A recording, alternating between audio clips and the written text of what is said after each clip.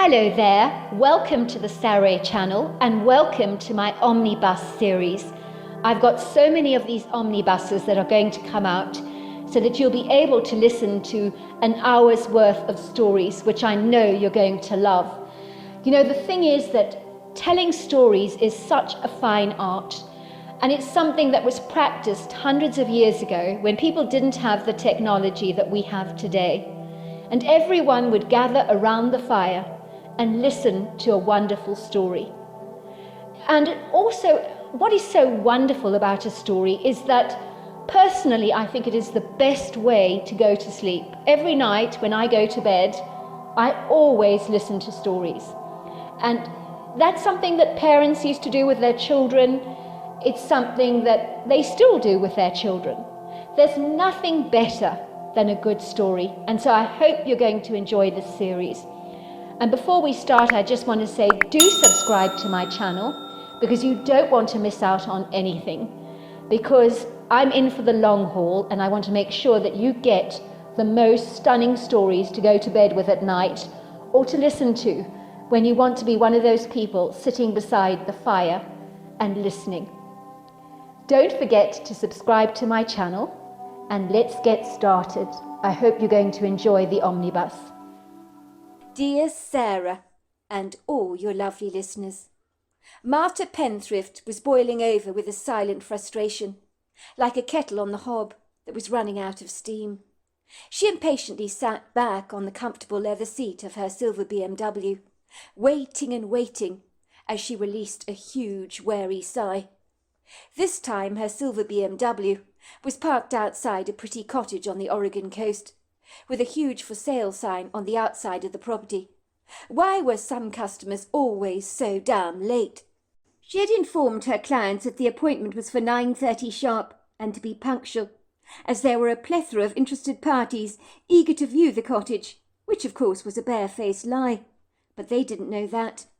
It was always significantly important to keep your customers on their toes and make people believe that others were busting their guts to buy all the places on her books, as demand always increased your success rate. You'd never tell a potential customer that the property had been on your books for months, with no interested buyers. That was a guarantee to see your sales plummet. And Martha needed that like a hole in the head. The couple who were eager to view Ivy Cottage were already half an hour late for the appointment. Sometimes it made her want to scream with annoyance, and Martha could potentially scream like a seagull. Time didn't grow on trees for her, and in the last half an hour she could have got so much done. For a start, she'd have thoroughly enjoyed picking up a coffee from her favourite coffee shop in town. She could imagine the feel of the warm container in her hands, smell the rich aromatic nutty aroma of the hazelnut latte with its warm frothy milk on the top. She was gagging for a coffee. It would seem that the caffeine always helped to give her mornings that much-needed burst of energy. She likened herself to one of those mulishly stubborn cars that was hesitantly reluctant to start up in the morning, with a cantankerous, uncooperative engine that didn't want to spring into life unless it was given that quintessential golden push. And for Martha, the greased lightning that could fire her up on all her cylinders was always caffeine. It didn't help that Martha had got up later than usual this morning. Her alarm clock had failed to go off at the correct time, and she had to dress so very fast so that she could get to Ivy Cottage in time. And for what? She critically studied her forlorn, rather bedraggled reflection in the mirror. She had looked better before. Her almost perfect bob was very crinkled this morning. The hot iron would have worked wonders in steaming away all the unfortunate kinks. Her makeup looked a little streaky, almost as if a 2-year-old kid had applied it to her face. She used a tissue to wipe away its excesses, and simply waited in her car. Of late she hadn't been making much commission on any properties that had stubbornly refused to sell, rather like insubordinate brats that refused to do as they were told, and for some reason the customers were not willing to empty out their deep pockets. They seemed very quick to find fault with all the properties she presented to them. "The kitchen is not to my liking, I'm afraid. It would need a complete overhaul, and that would cost us an absolute fortune to refurbish. You have no idea how expensive it is to do your kitchen these days." That was, to her experience, the number one complaint. It would seem for many The kitchen rarely was the heart of the home. And another big problem was storage space.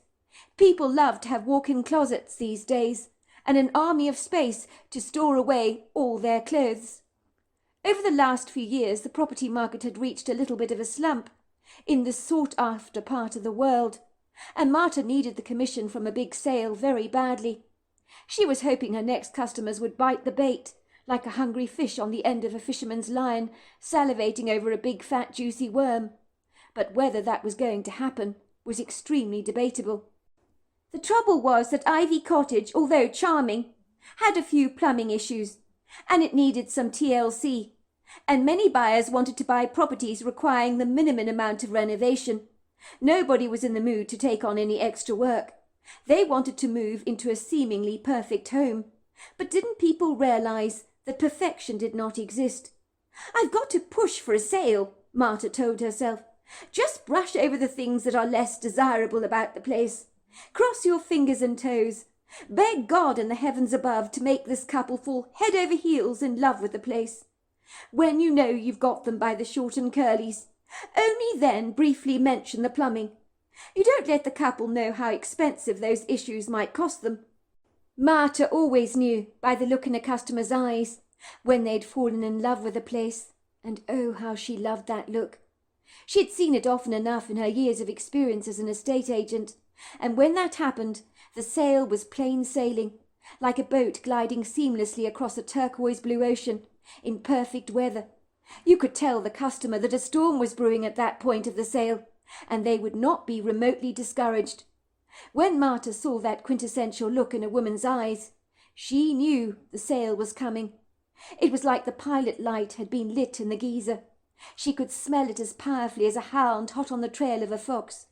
Even if the husband was reluctant to buy a place, pointing out its potential pitfalls, she would predictably notice the wife looking at him pleadingly, with puppy-dog eyes that would make the hardest heart melt. "Please, honey," they would lightly say, "please, please, don't say no to this place. I just feel such a connection to it." The husband would then scratch his head and say something like, "You rarely like it, do you? But are you absolutely sure?" The woman would nod and say, "Oh, I just love it. I just love it. There are no words." And she'd look straight into her husband's eyes, as if he was the one with the power in his hands to completely rock her world. The husband would lightly study his wife's pleading expression for a while, looking pensively thoughtful, and then fold like a camping chair into submission, and before the day was out, there was an offer on the table. For Marta, that usually meant a fat, juicy commission cheque, and the possibility of enjoying a sunny holiday somewhere idyllic and tropical. But of late, those commission cheques were few and far between, and as scant as a squirrel's promise of acorns at the wrong time of the year. As she waited in her silver BMW, her impatience began to wear thin and groan obsequiously, like a hungry stomach longing to be filled. She received a call from the officers. "Hi, Marta," came Rory Rochester's voice. "How are things going?" "Not good," said Marta. "I'm beginning to wonder if the couple I'm expecting are actually going to show up. I hate it when people do this to me. Don't they realise we have lives to live as well? Do they really enjoy squandering our time for the hell of it?" she ranted. There was a silence at the end of the phone. "Are you not seeing Mr. and Mrs. Anderson for your appointment?" came Rory Rochester's reply. "That's right," said Marta, checking her diary. "Mr. and Mrs. Anderson." "They're a nice couple," said Rory. "I've met them myself. I showed them the Bellevue residence last week. They didn't really like it. The husband is very easygoing, the sort of man you like at once. The woman, well, she's more prudently careful. She'll be the tough one to crack in this sale. I know they're very keen to buy a property on the Oregon coast. They're serious buyers, looking for a cash sale. That much I do know. I'm sure they'll be there. They're looking for something in a similar price range to Ivy Cottage, I believe. And if anyone can offload that cottage, it's you, Marta. I've got full faith in you." "I'm not sure I can, Rory. Of late I think I'm losing my touch. It used to be easier selling houses in the past, but now it's like lifting heavy cement. Anyway, I guess I better wait a little longer, she said, tutting noisily. Honestly, Rory, what is wrong with people these days? Why can't they be on time? They either arrive way too early or too late, but never on the dot. I don't know, Marta. Perhaps they're held up. Oh, before I forget, I was meaning to mention, I phoned you just to let you know they've put the Cliff House on the market for reasons you well know.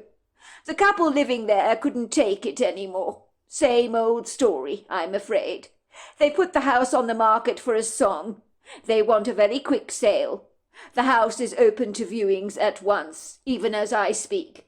The people have moved out. The keys have been placed under the mat. It goes without saying that you have to tell any potential buyers the truth about the place. Why am I not surprised it's up for sale again? Thanks for letting me know, Rory. It's a pleasure. And good luck with showing them the cottage. I'm quite sure you'll get a sale. Oh, you're being ridiculous, Rory. When have I last had a sale? It's been ages. You've got more faith in me than I've got in myself. Oh, goodness gracious, I believe they've actually arrived, said Marta, her voice suddenly lifted out of its lugubrious mellicona. I'll love you and leave you, Rory. Thanks for calling.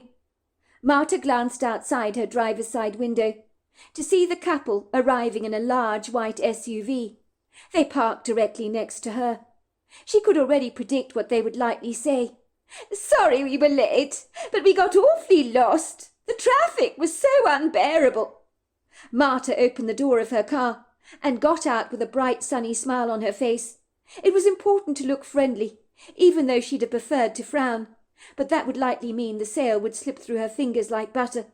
So it was best to be very approachable and to wear a friendly smile at all times. Hello, she said, walking towards the couple, whom appeared to be in their mid-40s. The woman was elegantly dressed, wearing a smart figure-hugging jacket that was nipped in at the waist and a pair of dark jeans. Her long dark brown hair was tied back in a sensible ponytail, away from her pretty face. The woman wore little to no makeup, only a smudge of dark eyeliner around her eyes and a nude lipstick on her lips. Her dark brown eyes were the colour of liquid coffee. They seemed friendly and warm. Her husband was tall, with dark curly locks that frolicked mischievously across his forehead.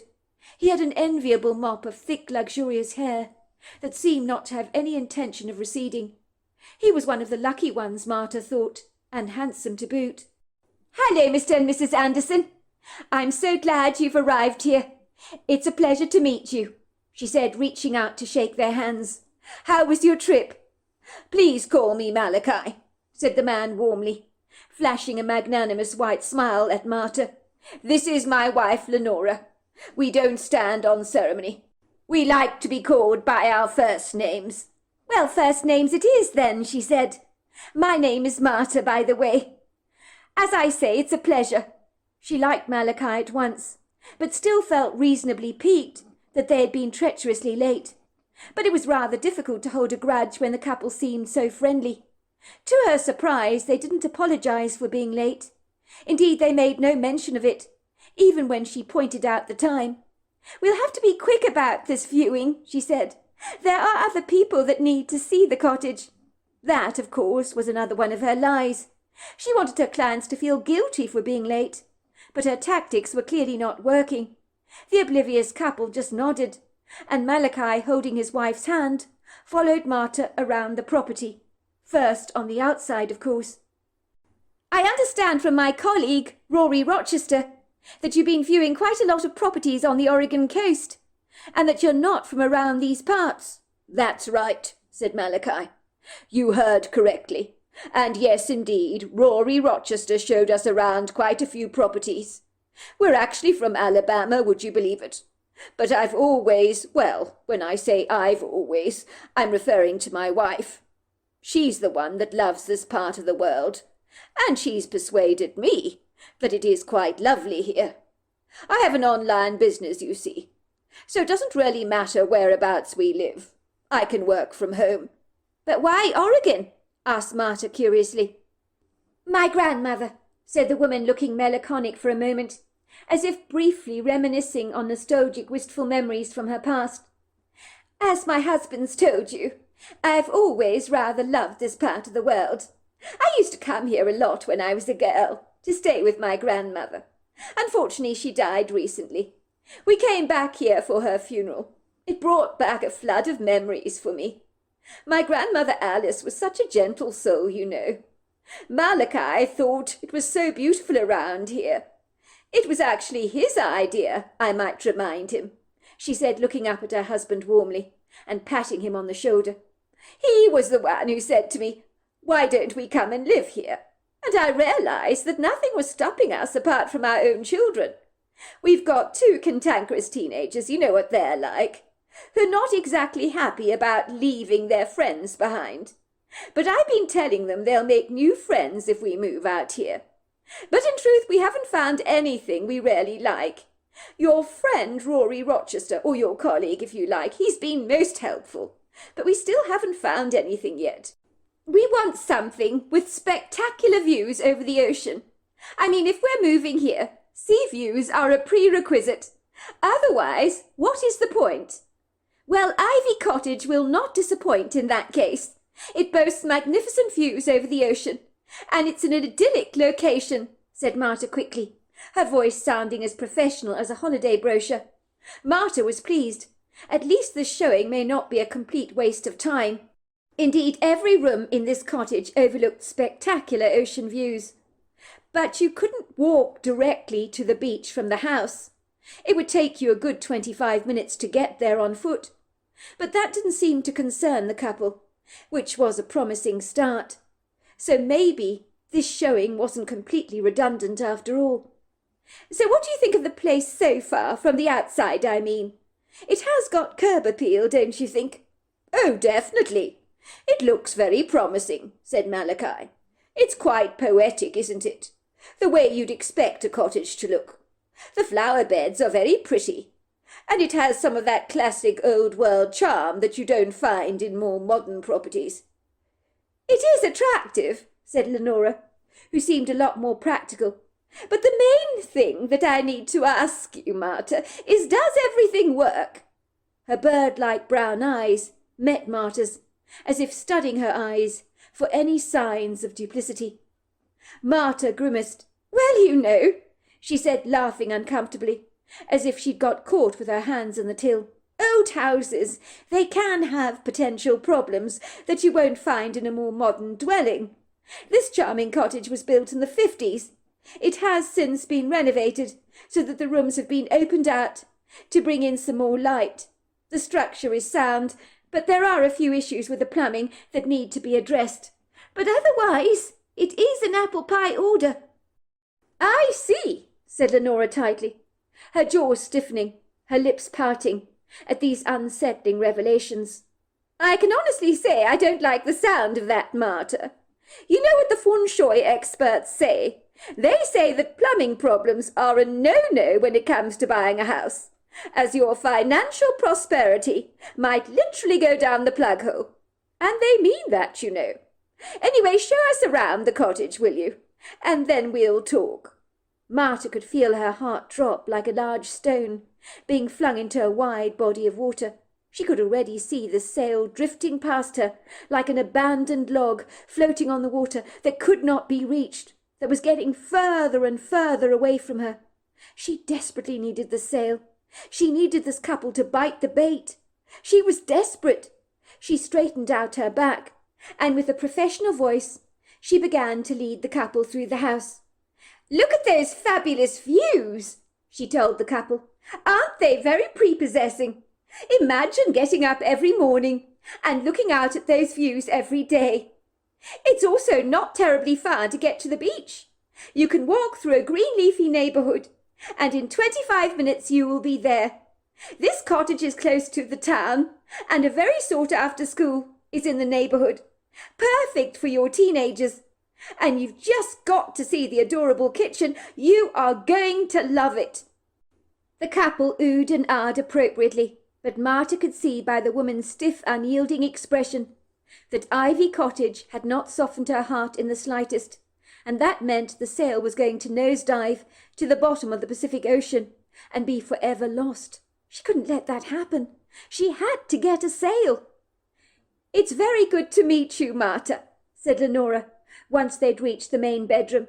"You said you were very busy with so many people to show around, so thank you very much for your time. I don't want to waste any more of it. This cottage, well, it's not right for us, with or without good plumbing, that is." Marta found herself snapping. "Why?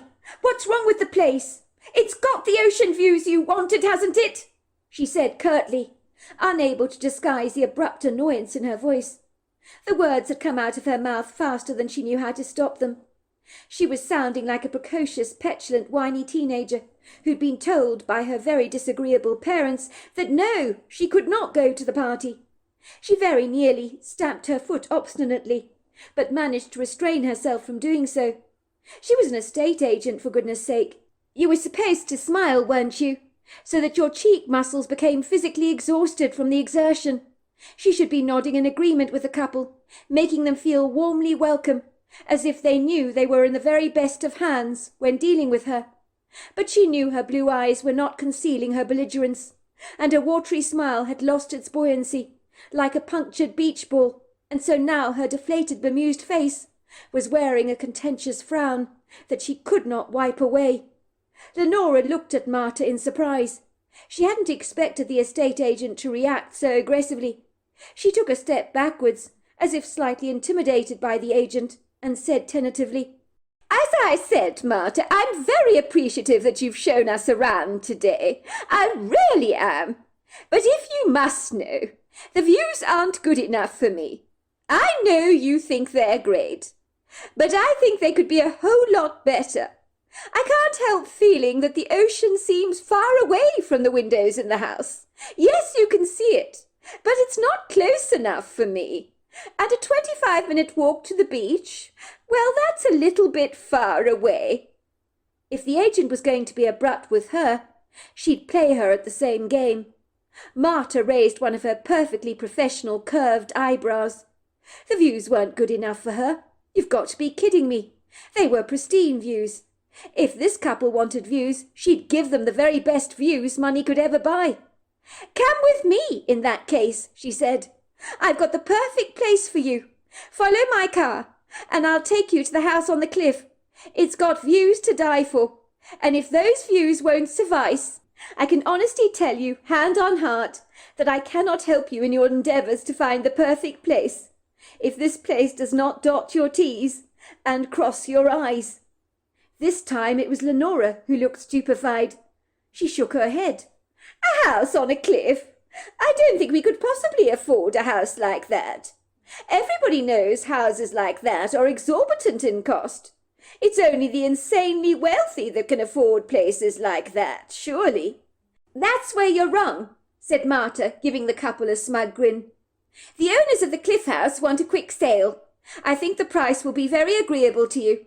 It's going for a song. You could snap it up for next to nothing, I'm sure." Leonora's face broke out into a warm smile. A house on a cliff?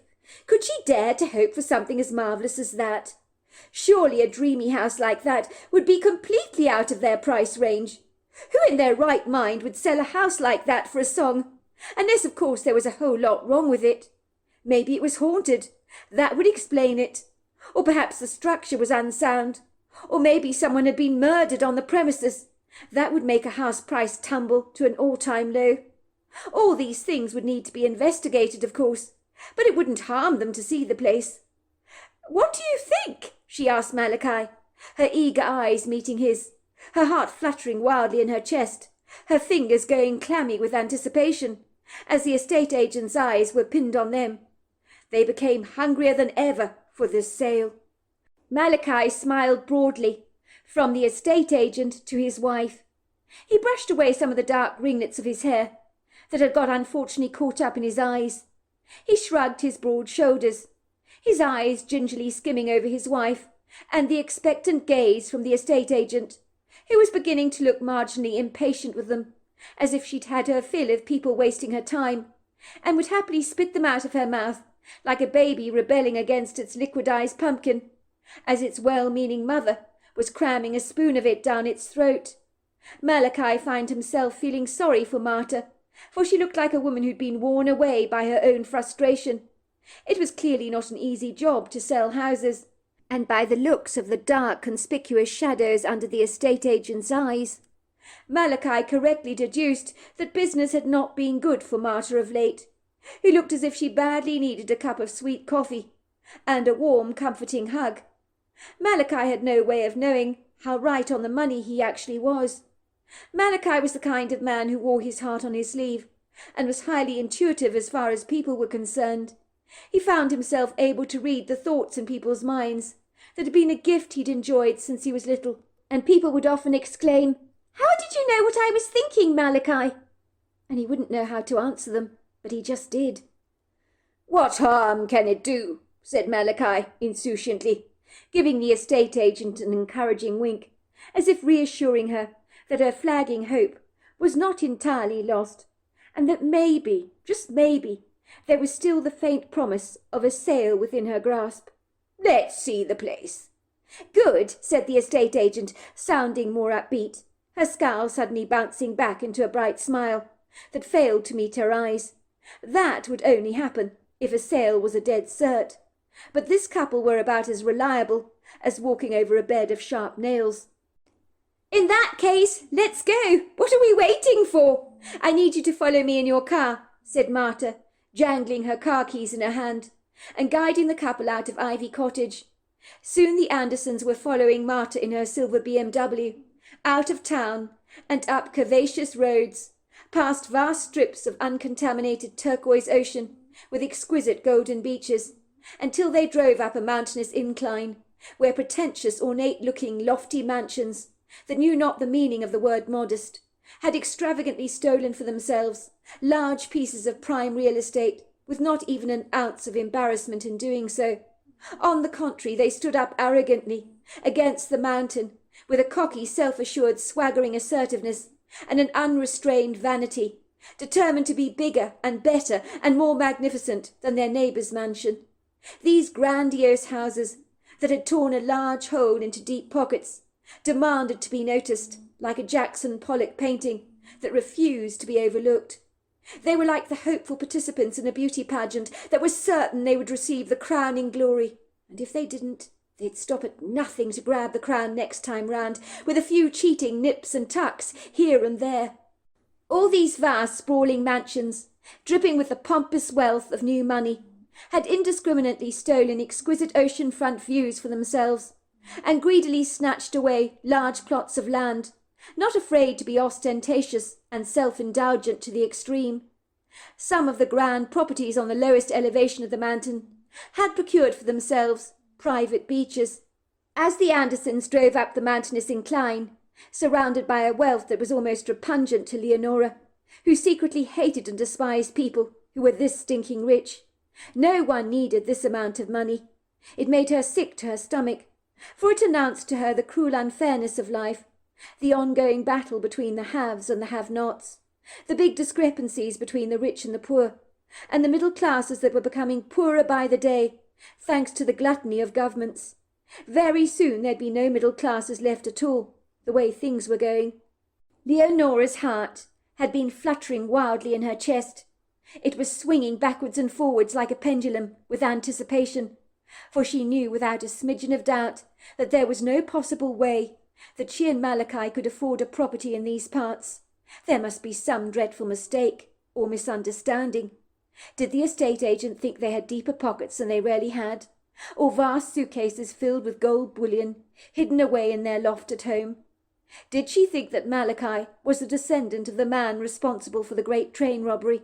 It would seem so. Leonora twiddled her fingers nervously.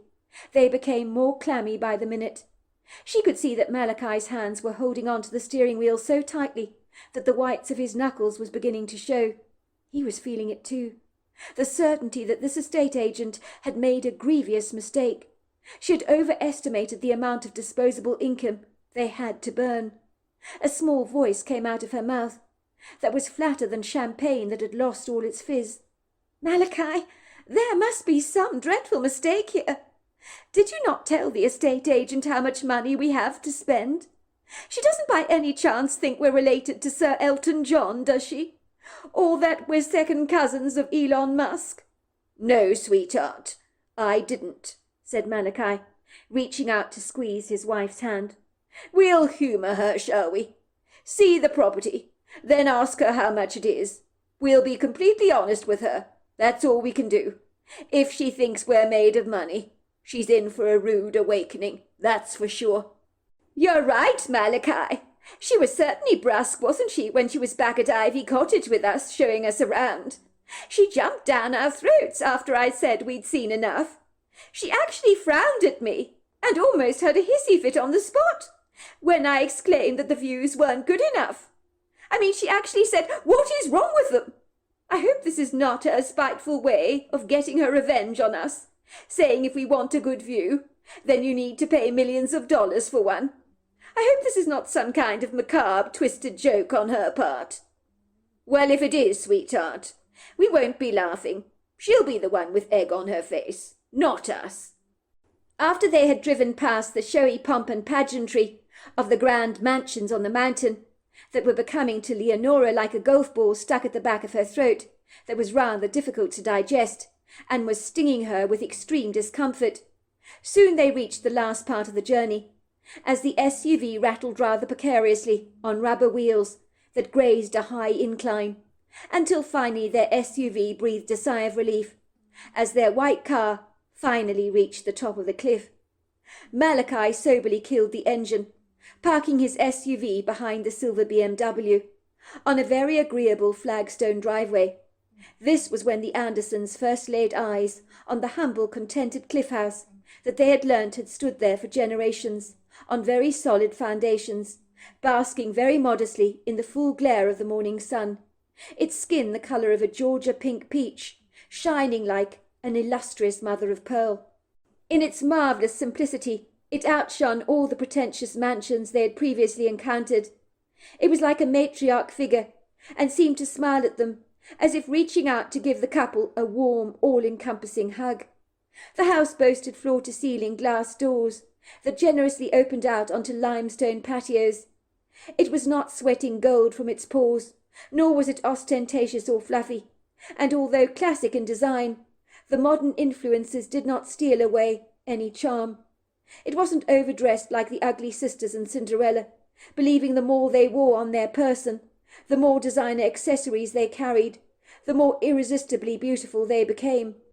On the contrary, the charming cliff house made the Andersons breathe a little easier, and Leonora's thumping heart began to skip, rather like a joyful, ebullient kid, playing a contented game of hopscotch on the patio. This was a lot more like it. Even if Leonora had all the money in the entire world at her disposal, she doubted she'd be tempted to buy any of the houses on the mountain.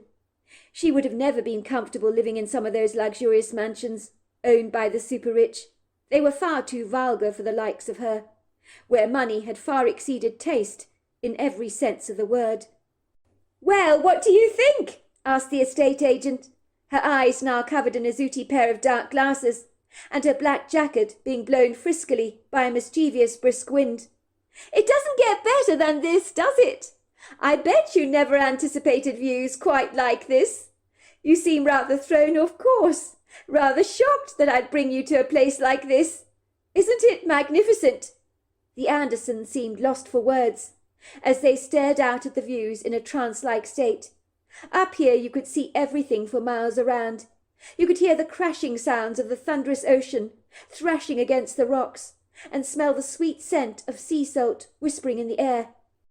There was a sturdy wrought-iron staircase in the cliff that led all the way down to a small beach, with rocks spread out across the sand like generous sculptural works of art. If you walked through the rocks and continued along your way, you would meet a luxurious public beach, where people would take their dogs for walks, and kids would frolic away happily in the sand, looking for seashells and building wistful sand castles.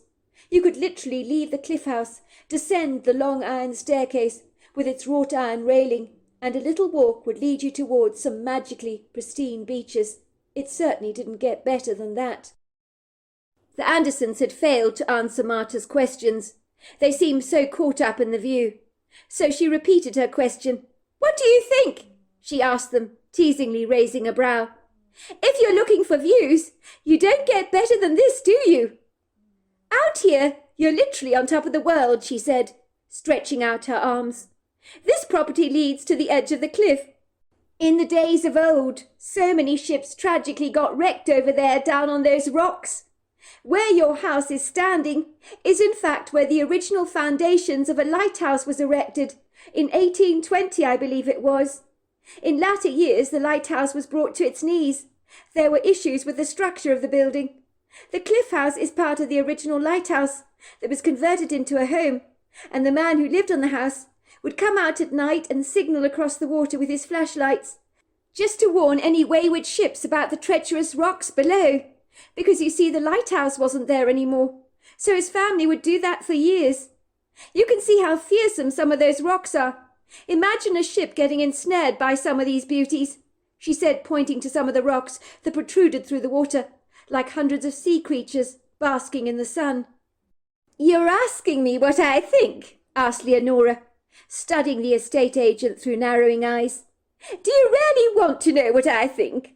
I think this house is absolutely magnificent, and these views are stupendous. But I also think there is no way we could possibly afford this house. In such a prime location like this, with a staircase that leads to some very desirable beaches. It doesn't get better than this, that is true. Well, it's got to go for a fortune, a place like this. And I'm afraid, Marta, being realistic, we don't have that much disposable income to burn, I'm afraid. I'm sorry if we gave you the wrong impression." This time it was Marta's heart that began to skip as it swung around her chest like a happy bell on the collar of one of those mountain goats, trilling away cheerfully in the breeze, as it contentedly chewed up its cud on a mountain slope. Marta knew that smouldering look in Leonora's eyes only too well. She'd seen it often enough in a buyer's eyes, who had fallen in love with the property straight away, which usually meant an easy sale. It was the kind of certain look that sent tingles down her spine, as the smell of a sale to her nose was like a fragrant bouquet. She could already see the banknotes floating wistfully into her account like autumn leaves, falling in exactly the right place at the right time. She could anticipate that tropical holiday on the cusp of being born, and could see herself already sunning herself on the deck of an ocean liner. She'd always rather fancied a trip to the Caribbean, and now it was within her grasp. She could actually feel it. She could taste it. She could sense it. She just knew it. "You can afford this place," said Marta confidently. "If you can afford to buy Ivy Cottage, you can afford the Cliff House. I told you, the owners want a quick sale." This time Leonora's face dropped. "Tell me the bad news, Marta," she said soberly. "Don't keep anything from me. Are the foundations crumbling? Is the place haunted? Oh, my God, it's haunted, isn't it?" she said, cupping her hand around her mouth. "Or did something terribly bad happen here? A murder, perhaps? I need to know the details. You can't keep anything from me. My father used to tell me, if something is too good to be true, then it probably is." Marta grimaced. This was the time that she had to tell the Andersons the truth, the whole truth, and nothing but the truth, so help me God. Not doing so would invite all kinds of legal problems for the estate agents and its reputation. It was the kind of revelation that had turned many buyers away, some of them shuddering so much that it was clear the sale had been shattered in an instant, like a glass vase being flung at a wall, breaking into hundreds of glass shards. Leonora was champing at the bit to buy this place. But when the bomb was dropped on their dreams, when Marta threw out her hand grenade, would they still want this place? She drew in a deep breath to steady her nerves. It almost cut her through her chest. Her little heart began to beat like a flustered pigeon that had found itself embroiled in the cat's jaws. She hadn't even shown the Andersons the house yet. They hadn't even stepped over the threshold, and the smell of the sale was as strong as the aromatic coffee she intended to buy herself once this was over. But could she get this couple to bite? She needed to get the sale. For indeed Marta intended to celebrate if she got the sale. and her very strict diet would go down the plug hole, for she intended to treat herself to 3 very fattening doughnuts, and the more calorific, the better. So what if she couldn't get the buttons up on her pants the very next day? That was a small price to pay, if she could pull this off. She needed a sale so badly, and this couple was so close to signing on the dotted line, so close. What she did next would ultimately determine whether these clients would be persuaded to buy the Cliff House or not. She had to choose her words very carefully, as if she was stepping on a field of landmines. If she didn't proceed with undue caution, her dreams of a sale would go up in a whisper of smoke. 2 insatiably hungry pairs of eyes were staring at Martha, as if she was a mother eagle bringing some juicy morsels of meat to her eaglets in their nest. She could see the hope in their eyes, but also the expectation that there was indeed a catch or a snag to buying this place.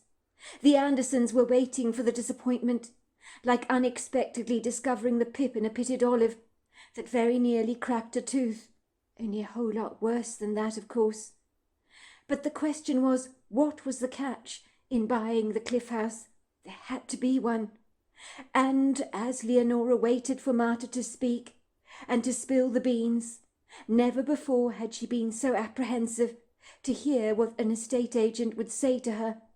So she braced herself for impact, as if Martha's words were like an aeroplane about to hit the ground with a violent crash. She closed her eyes tightly as Martha finally spoke. Martha straightened her back, formally. She brushed a few white flecks away from her pleated black pants, and then she looked squarely at Malachi Anderson in the face. It was no use looking at Leonora. Her eyes appeared to be squeezed tightly shut. Martha's eyes were hidden behind a pair of designer dark glasses. She had an excuse to be wearing them, as the sun was cascading magnanimously on her shoulders, causing her to squint, so she needed to be wearing them. "It depends what you mean by haunted. Is the house haunted? Absolutely not. Is the cliff haunted? More than likely, I suspect. If you believe in that kind of thing, of course. Let's not kid. Many a shipwreck occurred over here over the centuries. Many a life was lost out at sea. Lots of people have lost their lives on that stretch of coastline. So if you believe that energy lives on after we die, then maybe the coastline here is haunted. People certainly claim to have seen things here, like a ghost ship, but that's about as haunted as it gets." Leonora breathed out her breath that she had been holding.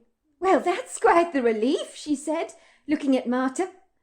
"I can handle a ghost ship or two, and even a few ghostly spectres that have lost their lives at sea.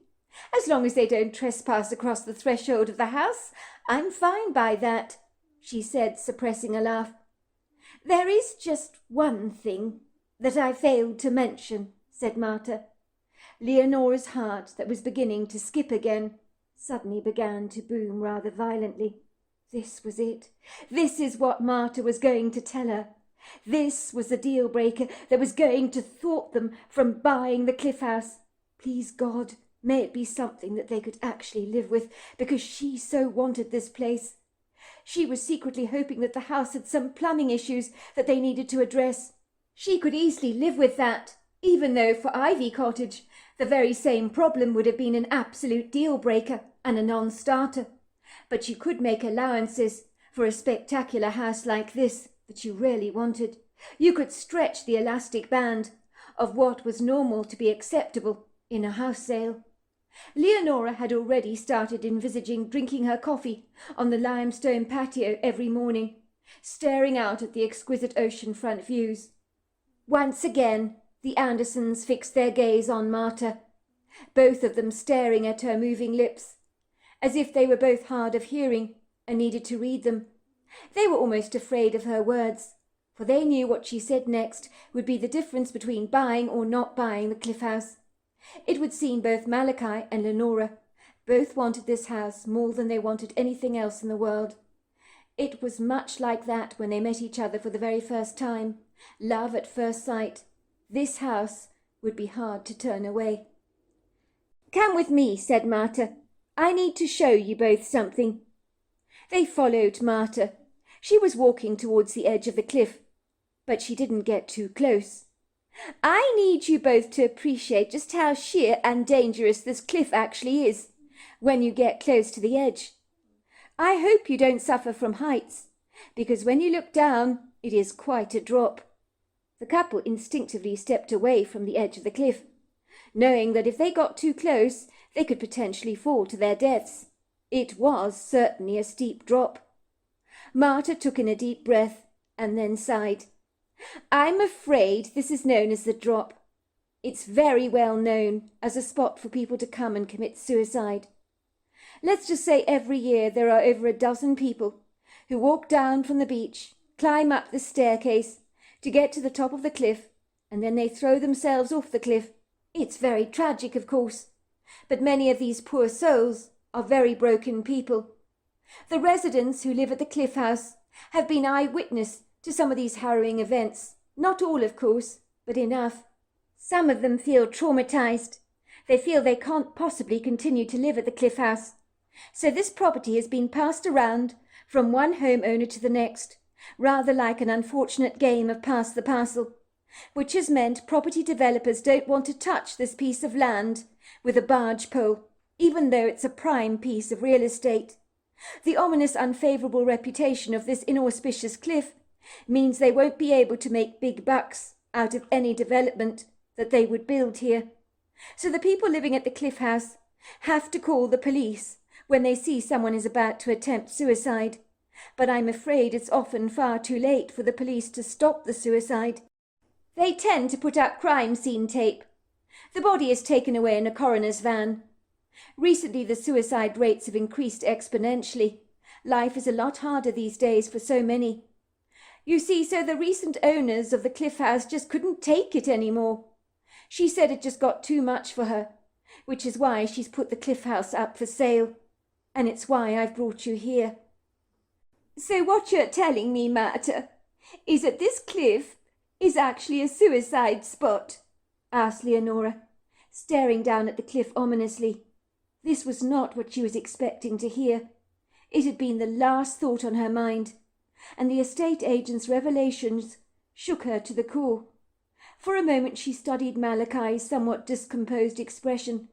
She noticed her husband's face had gone completely white, but Marta's expression remained composed, as if she had told this tragic tale too many times to count, and was well used to it. Leonora thought she could handle the dreadful reality that people had tragically lost their lives over those treacherous rocks over the centuries, but the thought of people climbing up the iron steps embedded in the cliff in order to get to the top of the cliff so that they could ultimately throw themselves down onto the rocks below to take their lives. Could she live with that? She wasn't sure, but she so wanted this house. She was actually weighing the pros and cons over in her mind. Marta explained, if someone throws themselves off this cliff, it is an instantaneous death. There is no way they can survive that fall. And at high tide, the ocean can be incredibly angry. Sometimes bodies are swept away. I believe some people who committed suicide here may never be found, because to the outside world they've simply disappeared, lightly swept away by the ocean. I have to be honest with you, and you're going to ask, so I'm going to tell you. The reason people sell this house, and why it doesn't demand a huge price tag, is people don't want to experience this on their front doorstep. Most people, much like yourselves, when they come here, they fall passionately in love with the cliff house. But usually when you mention the suicides, they lose interest in a sale very, very fast. I see, said Leonora, pondering what she'd been told. She tried to decide whether she could live with something like this or not, and then she looked up at her husband Malachi. Do you know what? If we see anyone out there on the cliff, intending to jump, Malachi, you are the perfect person to go and talk to them, to persuade them not to do something like that. If anyone could talk someone out of committing suicide, it's you, my love. You're very persuasive. Marty looked rather doubtful. She could see Malachi was a very nice man indeed, exceptionally so. But was it not only experienced officers that could talk people out of killing themselves? People who had been trained for the job. "We're going to take this place," said Leonora. "I want these spectacular ocean views and the convenient access to the beach without having to leave our home. If we live here, people might succeed in committing suicide. And yes, it is so tragic. But if my husband can help save a life or two, that is a promising start. And I simply don't want to turn this fabulous place away. An opportunity like this to live in a house in such a prime position that otherwise we could never afford. If we don't buy this place, I know I will be tossing and turning in my bed for months on end, saying, why didn't we buy it? At least try living here. See what it's like. Some things are meant to be, and buying this place feels right. And I know you think I'm rather ridiculous talking about my husband like this, Marta, but I want to assure you there is no one who is more likely to talk someone out of committing suicide than Malachi here." "Hold your horses," said Marta. "Don't get too eager. You haven't seen the inside of the Cliff House yet. Surely you need to look at the interior to see whether it's suitable for your needs. What if you don't like the kitchen? In my experience, when people don't like the kitchen, it's a no sale for me." "A kitchen can be gutted, Marta, and changed, but a view you're stuck with," said Leonora. "We are buying this place based on the views, not based on whether there is a kitchen that works or not. That is inconsequential, because that can easily be changed." "Well, what do you think about this, Malachi? Are you happy with buying the Cliff House, or do you need to think about it?" asked Marta. "You heard the wife. What the wife wants, the wife gets. She's very determined to get the Cliff House. And I'm very happy to talk someone out of committing suicide if I can. It will be a self-satisfying role. I enjoy helping people when I get a chance to do so. So yes, I'm quite happy to buy this place." Marta wanted to run over to Leonora and throw her arms around the woman. Maybe there was a God after all. She was going to crack a huge sale today, and that cruise in the Caribbean looked like a very big possibility in the not-too-distant future. She knew her next port of call would be the local coffee shop, along with 3 to 4 wickedly delicious doughnuts that she would eat in one sitting without any qualms. A celebration was certainly in order. 6 months later, the Andersons had settled very happily into the Cliff House, and Leonora had sat down her 2 teenagers before they made the big move to tell them about the house they'd bought. "It's on top of a cliff, with exquisite views over the ocean. You're going to absolutely love it. We were spellbound by the place. At low tide you can go down the iron steps in the cliff to the cobbly beach below. There are quite a lot of rocks there. And you take a little walk further along and you'll meet a pristine beach, where members of the public enjoy the beach for picnics and walks. So literally, the beach is a walk away from the house." "Cool," Chester had said. "That sounds amazing. We don't have to get into a car on a bicycle to ride to the beach. That's brill." "You mean the house you bought is on top of a cliff?" asked her daughter Hannah incredulously. "Don't you have to be a multi-millionaire to buy a house like that?" "Not exactly," Leonora had said soberly. "There was a specific reason the house was so cheap. We were incredibly lucky to buy it at that price. But it's for these reasons that I need to discuss the property with you. There are a few things I need to warn you about that you might find quite unsettling." "Oh my God! It's a haunted house!" said Anna excitedly. "That is just so super cool. I went on a ghost tour once to visit a site. Oh my word, all these reputed haunted places we went to." She pulled a sad face. "But we saw nothing. It was so disappointing. But to live in a haunted house, that is cool." "As far as I know, Hannah dear, the Cliff House itself is not haunted. which I'm very glad about personally, because then I might have had misgivings about buying the cliff house. The estate agent did claim that over the years people have seen sightings of a ghost ship on that stretch of ocean that is believed to have been shipwrecked. You see, we're moving to an old location where a lighthouse once stood. Many ships were wrecked on that stretch of coastline, I'm afraid to say. Many a soul's life was lost out at sea. The ocean has been a watery grave for many over the centuries, as you well know, like all the lost souls that tragically died in the Titanic. A ghost ship, said Hannah. That's even better than a ghost, Mum. Do you think I'll see the ghost ship? Leonora looked highly doubtful, but she gave her daughter a watery smile. I'm not sure, sweetheart, that you'll see a ghost ship. I think it's probably just a legend. But there is something you might see that I needed to warn you about. Some people come to the cliff to throw themselves off the edge. That's the reason why we got the house at such a song, I'm afraid. Developers don't want to touch a property like that, no matter how prime the real estate might be, because it would burn a huge hole in their pockets. And you know how money-grabbing those kind of people are. They can't have that. Think about it, no one in their right mind would ever build a property on an Indian burial site, would they? Of course they've done it before, and will likely do it again. But everyone knows that that kind of thing does not bring in the buyers.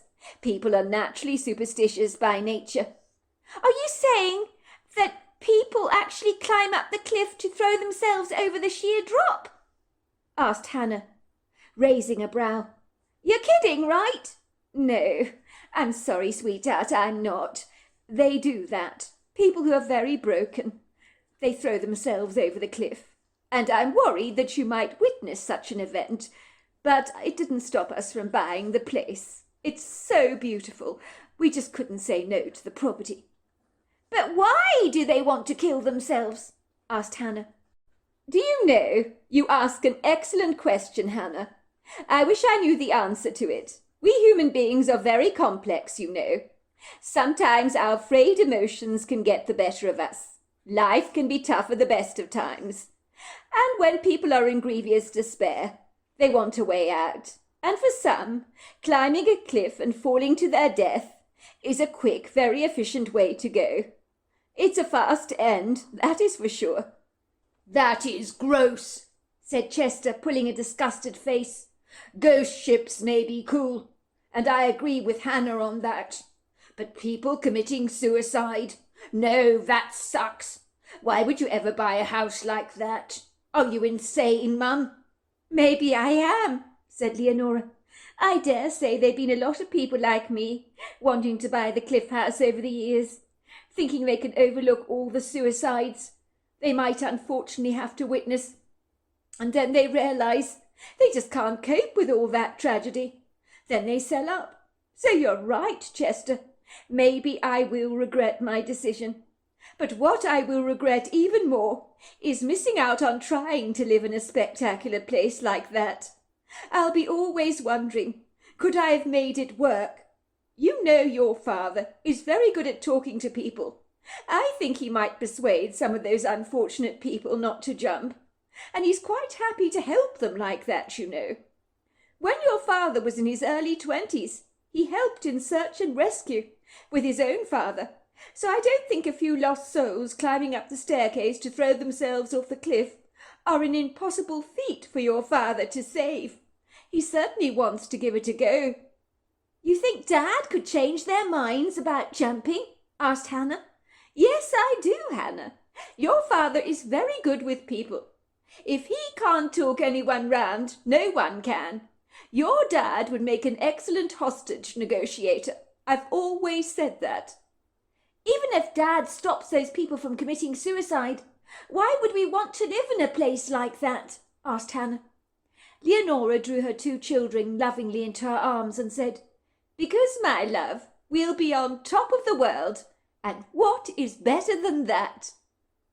It was when 16-year-old Hannah and 17-year-old Chester saw the cliff house for themselves for the very first time. That was when they comprehended implicitly why their parents could not turn down a bargain like this. The views everywhere were so prepossessing. If you climbed the steel staircase and laid in the cliff, you could enjoy the benefits of a small rocky beach that was literally made up of sculptural rocks, and further inwards some of the treacherous rocks that peered through the ocean were like great big sea monsters. It was at high tide. The fierce frantic ocean, with its charging white horses that whipped against the rocks, was nothing short of marvellous to watch, and to listen to, of course. Better still when the tide was low. You could walk down the little rocky beach, along the long ribbons of beach sand, where you could meet other beach visitors, and 30 minutes along the way was a promenade, with quirky little shops and places to buy the world's best ice creams. If that wasn't cool enough, the cliff house boasted a plethora of Douglas fir trees clustered together around the perimeters of the property that stretched out into a woodland oasis. The yard was beautiful. The house was bright and cheery. Hannah doubted there would be any hauntings in a house like this. She had learned from her illustrious research that there should be a heaviness to a house, and the cliff house was both light and airy, so she was certain that there was no ghostly spectres walking around the place. But if you went out of the house at the dead of night, she shivered with delight at the prospect of actually seeing a ghost ship. When she told her best friend in Alabama, who was passionate about ghosts like she was, she could tell that Wendy Kudrow had been struck by the green-eyed monster. "You're kidding, right? You've got to be kidding! A ghost ship!" she had said. "That is super, super cool. You do know that legends aren't legends. My father told me that. Every story is born from a seed of truth, so those tales about the ghost ship are likely true. If I were you, I'd slip out of the house every night and watch and wait to see if you can see the ghost ship for yourself." "I want to," said Hannah. "I really do. The problem is Chester doesn't believe in ghosts. Well, not really, although he does like the sound of the ghost ship, but even that he doesn't believe. So I don't want to be standing on top of the cliff at the dead of night, do I? I don't want to be attempting to climb down that long staircase to the beach below. What if a gust of wind threw me off the edge to my death? Without any problems. It's a very sheer drop, you know. People come to the cliff house to commit suicide. They throw themselves off the edge of the cliff. That's why we got the place so cheaply." "You're kidding, right? Have you seen anyone trying to throw themselves off the cliff yet?" she asked, trying to stomach these startling revelations. "No, I haven't," said Hannah. "But I guess it's only a matter of time before I actually do." Little did Hannah know that the following evening she'd witness someone attempting to take their own life. At the time, Hannah had moaned, "Really, Mum? Please don't make me do the dishes tonight. Can't you do it for once?" "No, I can't, Hannah. You must do your chores," said Leonora stiffly. "But I want to watch something on Netflix," said Hannah, pulling a face. "Well, you can watch it later, can't you? Netflix can wait, Hannah, but the dishes can't." "You heard your mother, Hannah," said Malachi. "You go and do the dishes. It won't take you very long," he said, giving her an encouraging wink. Hannah trotted off reluctantly to the kitchen to do her parents' bidding. It was her turn to rinse the dishes off in the kitchen sink before she piled them into the dishwasher for them to receive a hot wash. It was an exceptionally light night. The full moon was so bright that she could see the details of the front yard very clearly, and that was when she discerned the ambiguous hooded figure walking up the wrought iron staircase to the top of the cliff. She guessed it was a woman, based on her narrow shoulders. The woman veered closer and closer towards the edge of the cliff. Hannah began to scream in her head. "Please stop! You're going to fall over if you get any closer." The plate in Hannah's hand had slipped through her fingers like butter and crashed on the floor. She cried out, "Dad! Dad! Quickly come! Come over here! There's someone on the edge of the cliff! I think they're going to fall!" Hannah's father hurriedly ran to Hannah's side, glancing very quickly out of the kitchen window. "Oh, my God, Leonora! This is it! We've got our first jumper!" he cried out. "Hannah's right. Someone's going to throw themselves off the cliff. I've got to stop them. If that girl gets any closer to the edge, she'll fall over. She looks pretty determined by the looks of things. And there's quite a wind out there tonight. One gust of wind and she's over like a shot." "Good luck, sweetheart," came Leonora's voice. "I know you can do it, Malachi. You can talk that girl round." "Daddy, please, please don't let that poor girl jump to her death. You've got to stop her." "I'll do my best, Hannah," said Malachi, putting his parka coat on and then dashing outside the kitchen door, running towards the cliff. Leonora quickly phoned up the police to say there was someone on the cliff.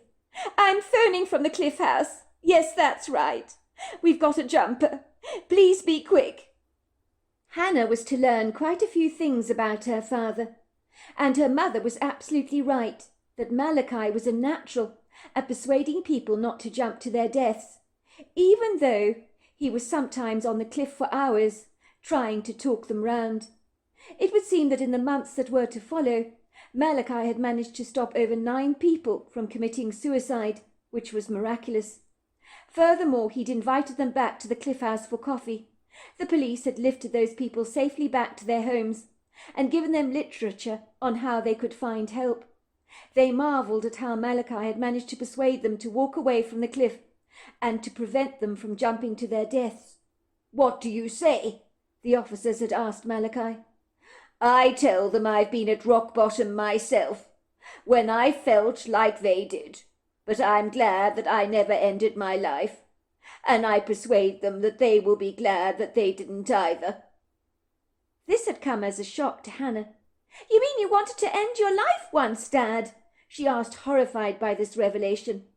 Her father was the most easy-going, untroubled person she knew. It seemed enigmatic that this great big lovable teddy bear she knew as her father could ever have been in such a low place in his life that he had considered taking his life. "Yes, I did, Hannah," said her father. "I was desperately sad. It happened soon after my brother was killed in a car accident. I survived that accident, and I was afflicted with much guilt. It's known as survivor's guilt, I believe. I got to a place where I was so desolate I wanted to end it all. But I persuaded myself that I should get through it, just for my brother. And I did. I guess I can identify with those people desiring to jump to their deaths. They want a quick ending to their lives, just like I did at the time. It made perfect sense to me. So I guess I can just identify with the way they feel." "So what do you actually say to them, Dad?" asked Hannah, intrigued. "Well, I tell the people that I encounter, that life is like a ride, and we all have to face some tough rides from time to time. But eventually the storm dies, as it always does. Everything will settle down. Then you realize you're glad you're still here, because the bad weather has abated. The harrowing storm is over. It's past. I tell them that even if we hit rock bottom, we cannot fall any further once we're at the bottom. The only way is up." For a moment they consider what I say. Sometimes they're resistant to believe it can be true. They often say, "It's too late. Nothing is ever going to get better for me." I tell them, "Well, you won't be around to find out, will you? Because once you've thrown yourself off the cliff, you've thrown away all your opportunities for a brighter future." That gets them thinking most of the time. Many of the people that Malachi brought back to the cliff house were regular people who had allowed life to swallow them up whole. One woman discovered her husband had cheated on her and found she had nothing left to live for. Another man had high gambling debts and was scared of revealing to his family that he'd burnt through all their savings. Another man was suffering from a joyless life, feeling there was nothing left to live for. It would seem with each person, Malachi had talked them all around, although on one occasion a body the family had not seen was found lying deceased on the rocks below, and the whole area had been covered with crime scene tape, and was very grim. But this person had obviously committed suicide long after the Andersons had retired to bed, and so Malachi had never had the opportunity to talk them around. The police had aptly warned Malachi that there would invariably be people he might not be able to talk around from jumping to their deaths, and if that was to happen, he needed to let it go, or it would ultimately destroy him. Leonora loved living in the Cliff House, and in many ways the family was beginning to feel that they were meant to be there, as Malachi had helped stop so many people from ending their lives. Some of them, he said, just needed someone to listen to them, someone to understand their pain, and Malachi was ever willing to be that listening ear for them. It was on spring break when Hannah's very best friend, Wendy Kudrow, came to stay with the Anderson family. Wendy Kudrow was about as unconventional as you could get. She was the kind of person that shunned authority of any kind, and being told what to do by political leaders or by people in authority who claimed they knew what was best for humanity. If they knew what they were doing, America would be in a better place, wouldn't it? Wendy had told the Andersons. But it's going down the plug hole fast, due to abysmal leadership, and leaders squandering our taxes for their own ends. We're the greatest country in the entire world, but our country is an absolute mess. It is such a shame. I mean, think about it. If you go to a hairdresser, she messes up your hair. You know you need to find a new hairdresser, don't you? It's common sense. Why on earth do we put up with our useless leaders? God only knows. We need fresh, new, innovative leadership in this country. Forget about political parties. None of that matters anymore. Who cares about that? We need a better America, and it's the people that can change this country, not these pretentious folk who think they've got all the answers. We need to stand together as a united force. A country divided against itself simply cannot stand. If I was a parrot, she told the Andersons, they'd have to shut me up, because I'd have quite the opinion about everything, and would freely express it too, in a world hell-bent on shutting us all up. That's what our leaders want to do. They want to shut us up so that we don't say anything, and they want to turn our attention to things that don't matter. I would literally fire all the presidents and send them packing with their tails between their legs for doing such a lousy job. You're very passionate about this, Wendy, I can see, said Malachi. And you make some valid points. Our country is in a dreadful mess. Everybody is aware of that now. And we definitely need some good leadership in this country. I just wish someone like you would get into power, because we'd have a better America, that's for sure. Thank you so much, Malachi. I'd like to be in leadership one day, just to correct the messes that we find ourselves in. Wendy Kudrow wore short red and black tartan skirts, long white socks, and her long blonde hair was pulled back in a lively pigtail. She was mischievous and rather rambunctious, like a Jack Russell Terrier, but her boundless enthusiasm was always infectious, and even Chester, who was rather inclined to take life too seriously, would find himself laughing at everything Wendy had to say. Well, when you're around, Wendy, said Chester, things always seem to happen. He was right, of course. When Wendy was around, things always did seem to happen. Wendy Kudrow completely understood why the Andersons had bought the Cliff House. In their shoes, she'd have done exactly the same, because the views were so beautiful, and she was stunned by how stunning they were. She did describe some of the houses on the mountain as being indulgent and over the top, but the Cliff House was modest and beautiful. What do you think about the drop? Chester had asked Wendy curiously. The fact that people come here to commit suicide. Well, if you think about it, people are always going to use bridges and cliffs to commit suicide, and it is so tragic that lives are lost. But the fact that Malachi has saved so many people from making such a desperate decision means your living here is not a fluke. Maybe, Malachi, you're some kind of earth angel, she said. I think you're right, Wendy, said Leonora. I don't think our moving here was a mistake. It almost feels like a calling for Malachi. And when we moved here, it felt so right, as if in some way we belonged here. Even Hannah and Chester feel very much the same, don't you, dears? She asked her children, who both nodded in agreement, between mouthfuls of steamy chicken casserole. How would you feel, Malachi, if you can't persuade someone not to jump? She had asked him, taking a large bite of her buttered roll. and studying Malachi through narrowed eyes. "The police have warned me about such things," said Malachi. "I guess I'll just have to take it in my stride, won't I? There are always going to be some people that no matter what you do or what you say, they don't want to be helped." "That's true," said Wendy. "You must remember, Malachi, that there are so many you did save. So you mustn't feel guilty if you don't succeed in preventing all of them from jumping over the cliff. And you must never ever pull them away yourself, because they could drag you down with them.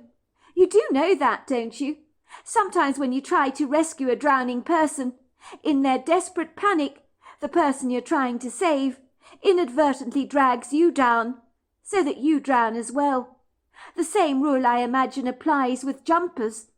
"That's what the police told me," said Malachi. "It's one of the cardinal rules. You cannot pull people away from the cliff, because they could take you down with them if they really want to jump. And that would mean that there are 2 lives lost, not just 1. "It's this ghost ship that intrigues me," said Wendy. "I've heard all about it, and I personally don't believe for a moment that it's a legend." Leonora laughed a musical laugh. "They broke the mould when they made you, Wendy. I do love the fact that you're a believer in all these fictitious things. But don't go filling my daughter's head with your crazy ideas. That's the last thing that Hannah needs. I want you 2 kids to be very careful. I don't like the idea of you messing around on the edge of the cliff, especially in the middle of the night. Up here in the cliff house the winds can be quite boisterous, you know, and it would be very easy to be swept over the edge and meet a very unfortunate end.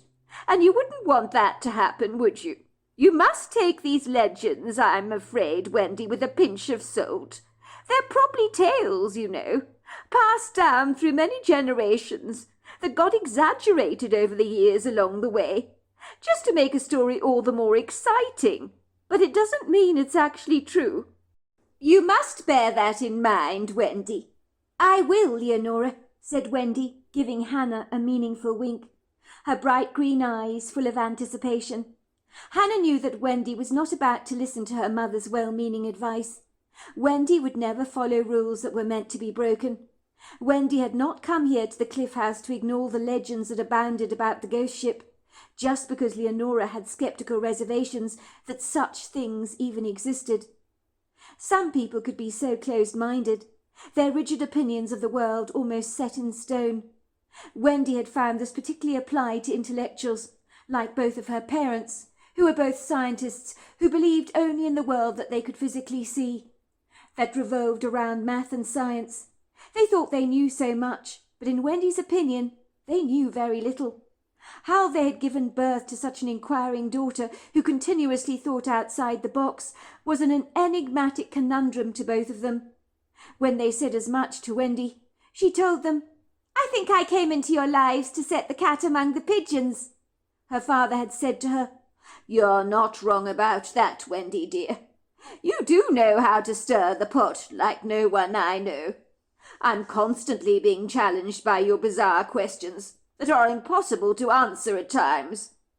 "That's why I came into your lives," Wendy had laughed. "I keep the 2 of you on your toes." Personally, her father had said, "I like it when my feet are firmly on solid ground. I never had any inclination to become a ballet dancer, you know," he had teased. At least Wendy's parents both had a great sense of humour, and she loved the bones of both of them. But their views of the paranormal were very dismissive. Could they not appreciate that energy lives on forever, Wendy had thought. Look at a boiling kettle, for example. It becomes steam and then evaporates. But she kept these thoughts to herself. The previous day both girls had met up with an old man on the beach, who had lived in these parts all his life, and what he had to tell them made both teenagers bubble over with an ebullient excitement that was hard to suppress. Hannah loved Wendy Kudrow, because when her friend was around, things happened that she never dreamed remotely possible. Doors seemed to just swing open without even a squeak or a groan. She was a mover and shaker in an unorthodox way.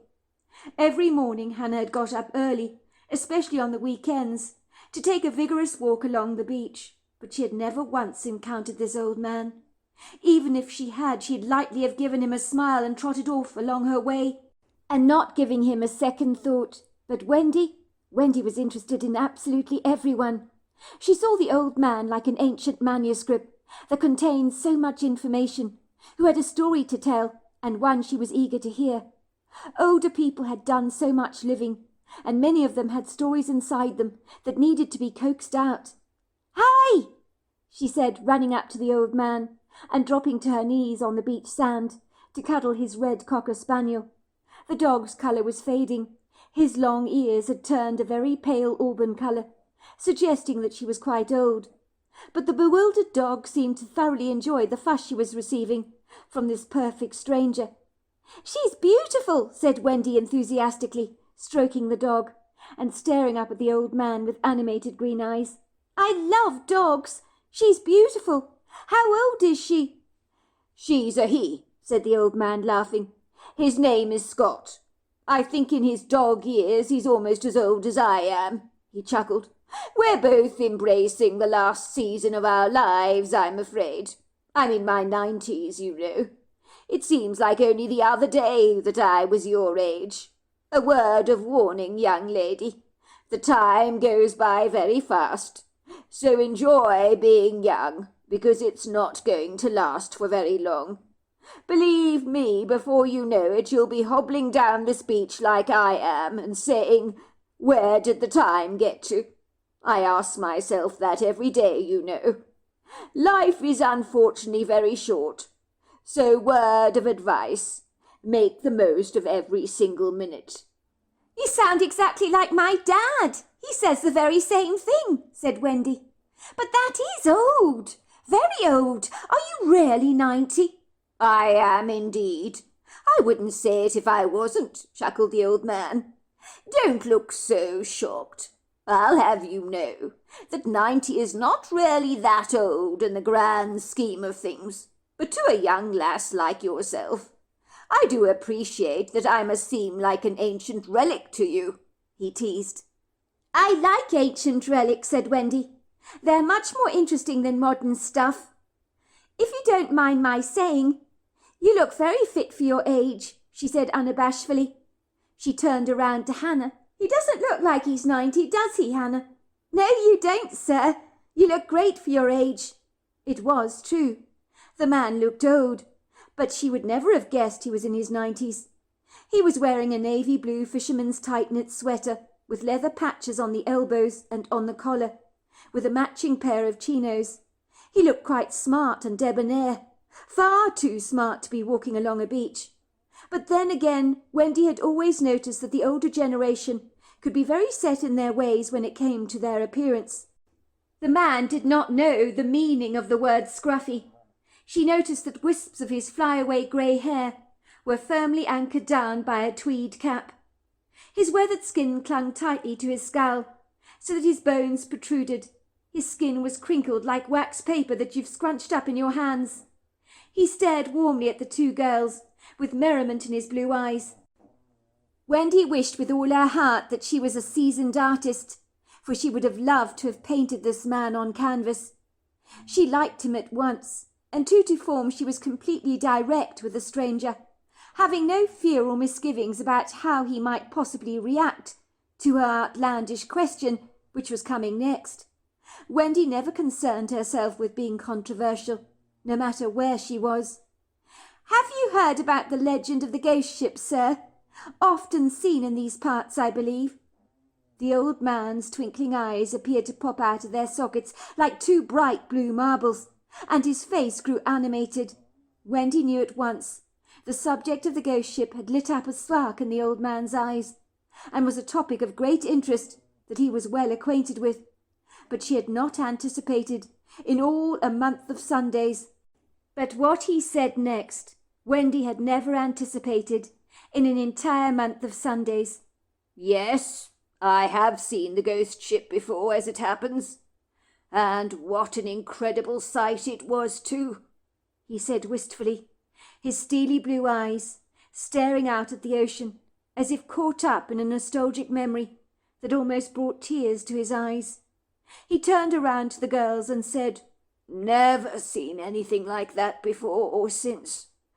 Most incredible thing these old eyes of mine have ever beheld. Why don't you come back to the house with me and meet my wife Maggie?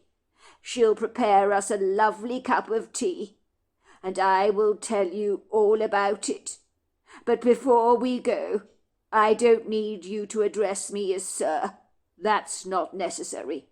My name is Bert Goodfellow, and it's a pleasure to meet you both." "It's a pleasure to meet you, Bert," said Wendy, unable to disguise her enthusiasm. "I can't believe that you've actually seen the ghost ship. I knew it wasn't a legend." "It's certainly not a legend," said Bert. The two teenagers looked at each other and the old man in bewilderment, unable to believe their good fortune. They had met someone who had witnessed the ghost ship in person, so it wasn't a spurious legend after all. Hannah could feel her heart fluttering excitedly in her chest, like a flapping pigeon. This was a story she was bursting to hear. They followed Bert Goodfellow back to his humble beachside home that he and his wife had bought in the 1950s. It was in a prime position close to the beach and was not at all fancy. "Maggie!" came Bert's voice when he entered the house, through the screen door that was swinging on its hinges. The old man fastidiously wiped his sandy shoes on the outside mat, and the girls did the same. "Look what the cat dragged in, Maggie. I found these two urchins on the beach along with the seaweed," he said, his blue eyes sparkling. "You'll never believe me. What they were asking about, Maggie. They want to know all about the Swanepoel. You know, the ghost ship I saw about 20 years ago." A sweet old lady came bustling into the living room very suddenly, her cornflower blue eyes studying Hannah and Wendy curiously.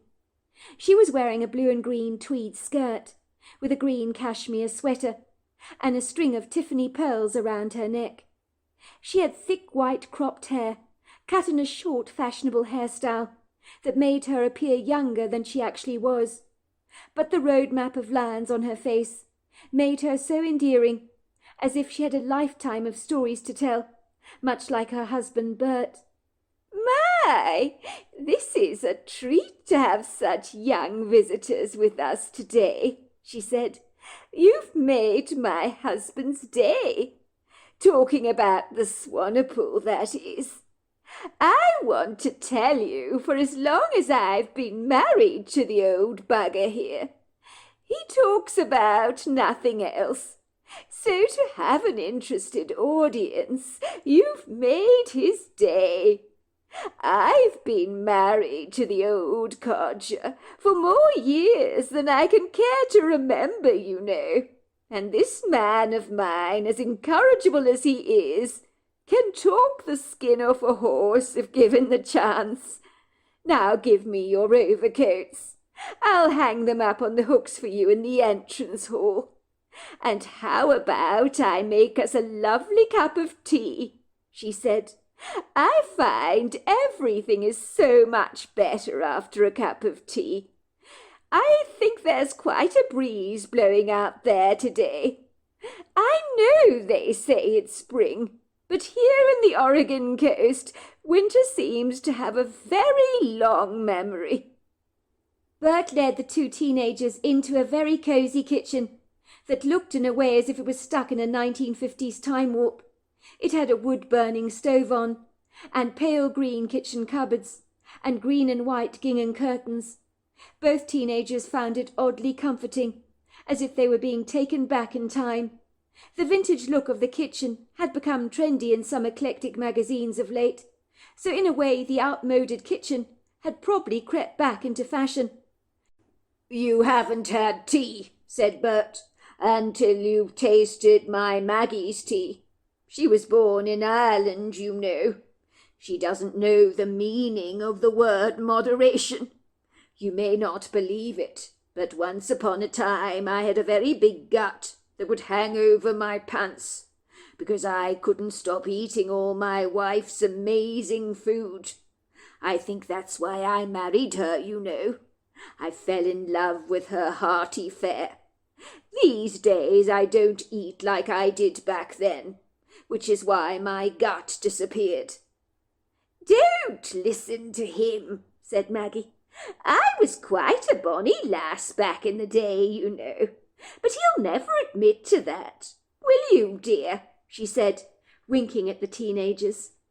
Hannah and Wendy had never had such an incredible spread before, as Maggie spread out a lace tablecloth over the walnut kitchen table.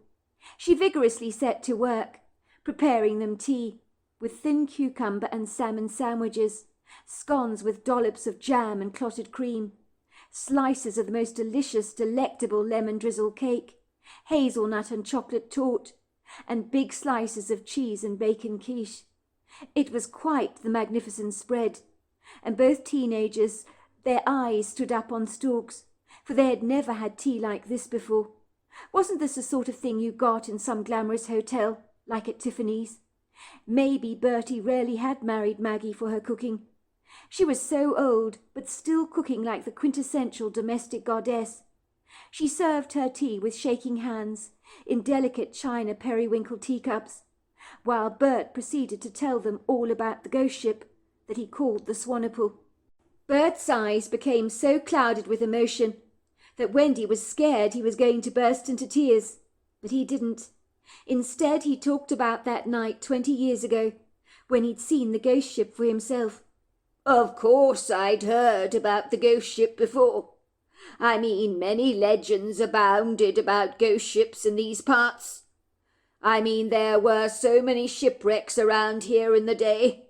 Believe you me, many a life was lost out to sea. It was very tragic. I do know my father saw a ghost ship once, along with a friend of his. He'd say to me, 'Son, if you want to see something badly enough, you mark my words, you will see it, you will draw it to yourself, like a light to a candle wick.' Of course, he was absolutely right. I think my father was roughly about 12 or 15 when he first saw the ghost ship.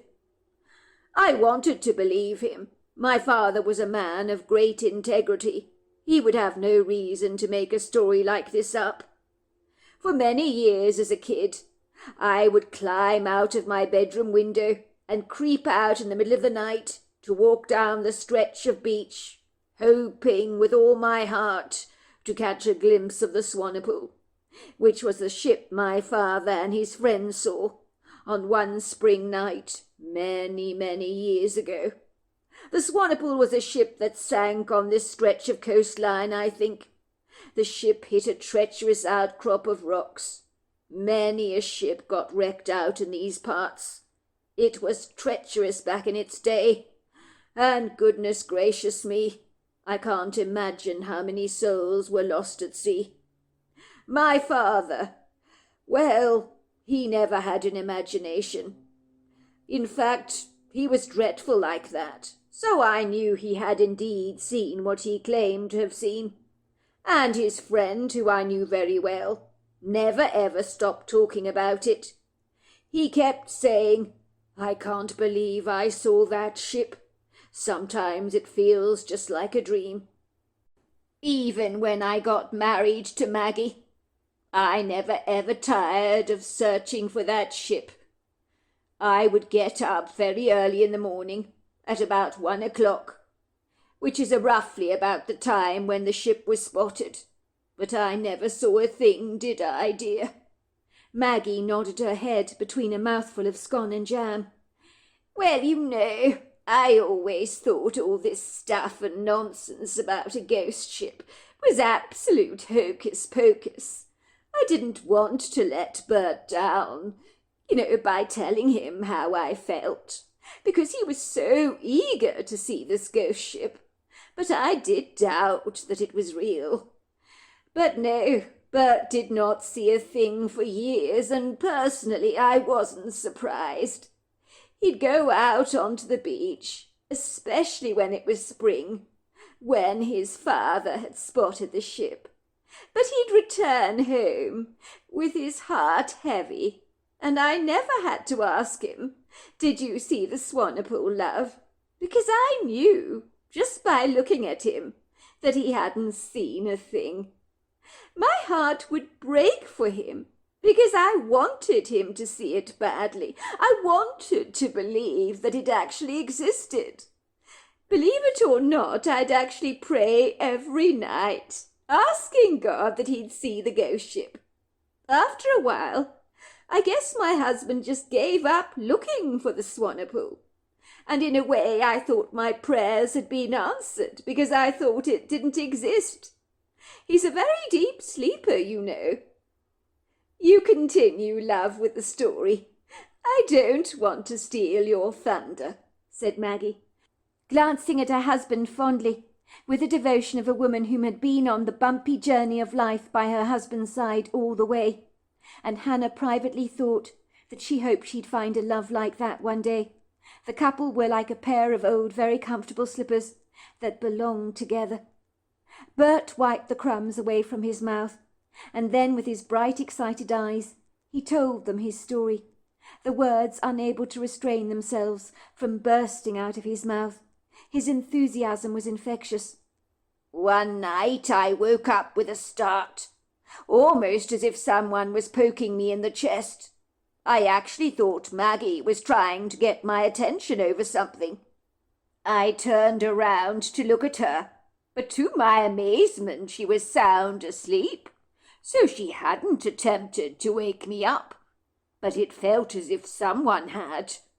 I immediately got up, feeling rather bewildered and confounded. I went to the kitchen to get a glass of milk, and when I entered the kitchen, I saw in the distance on the horizon, through the misty fog over the ocean, what I can only describe as a strange, airy, bluish glow. I was wearing my blue and white striped dressing gown at the time. My feet were bare. I had nothing on my feet. It was a cool spring night, not much different to the weather we've been having of late.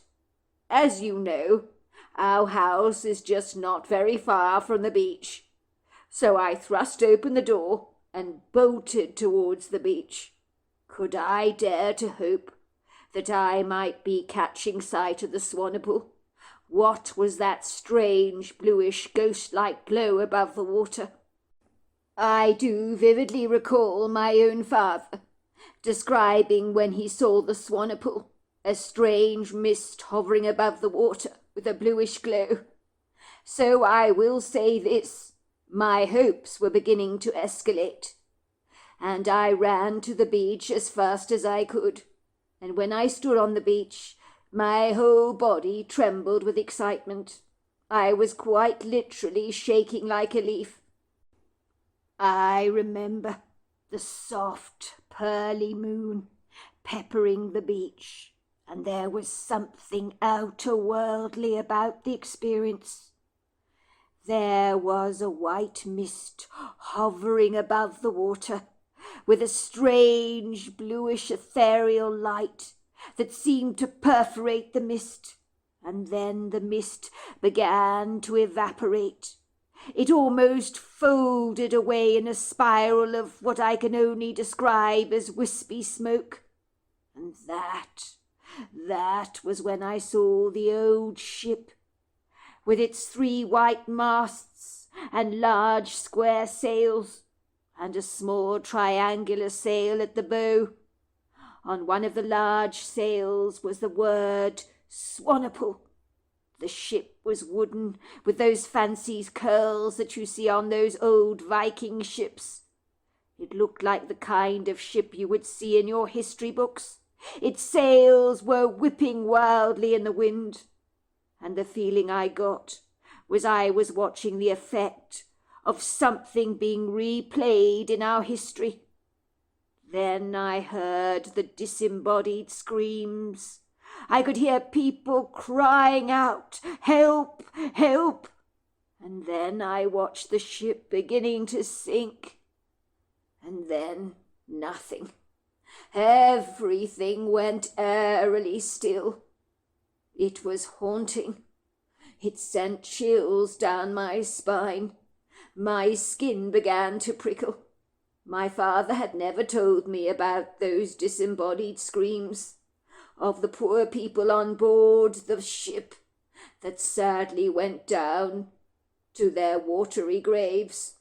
I've never forgotten that. But it was magnificent to see that ship gliding across the ocean, this stretch of coastline, where there are some treacherous rocks. The ship must have struck something.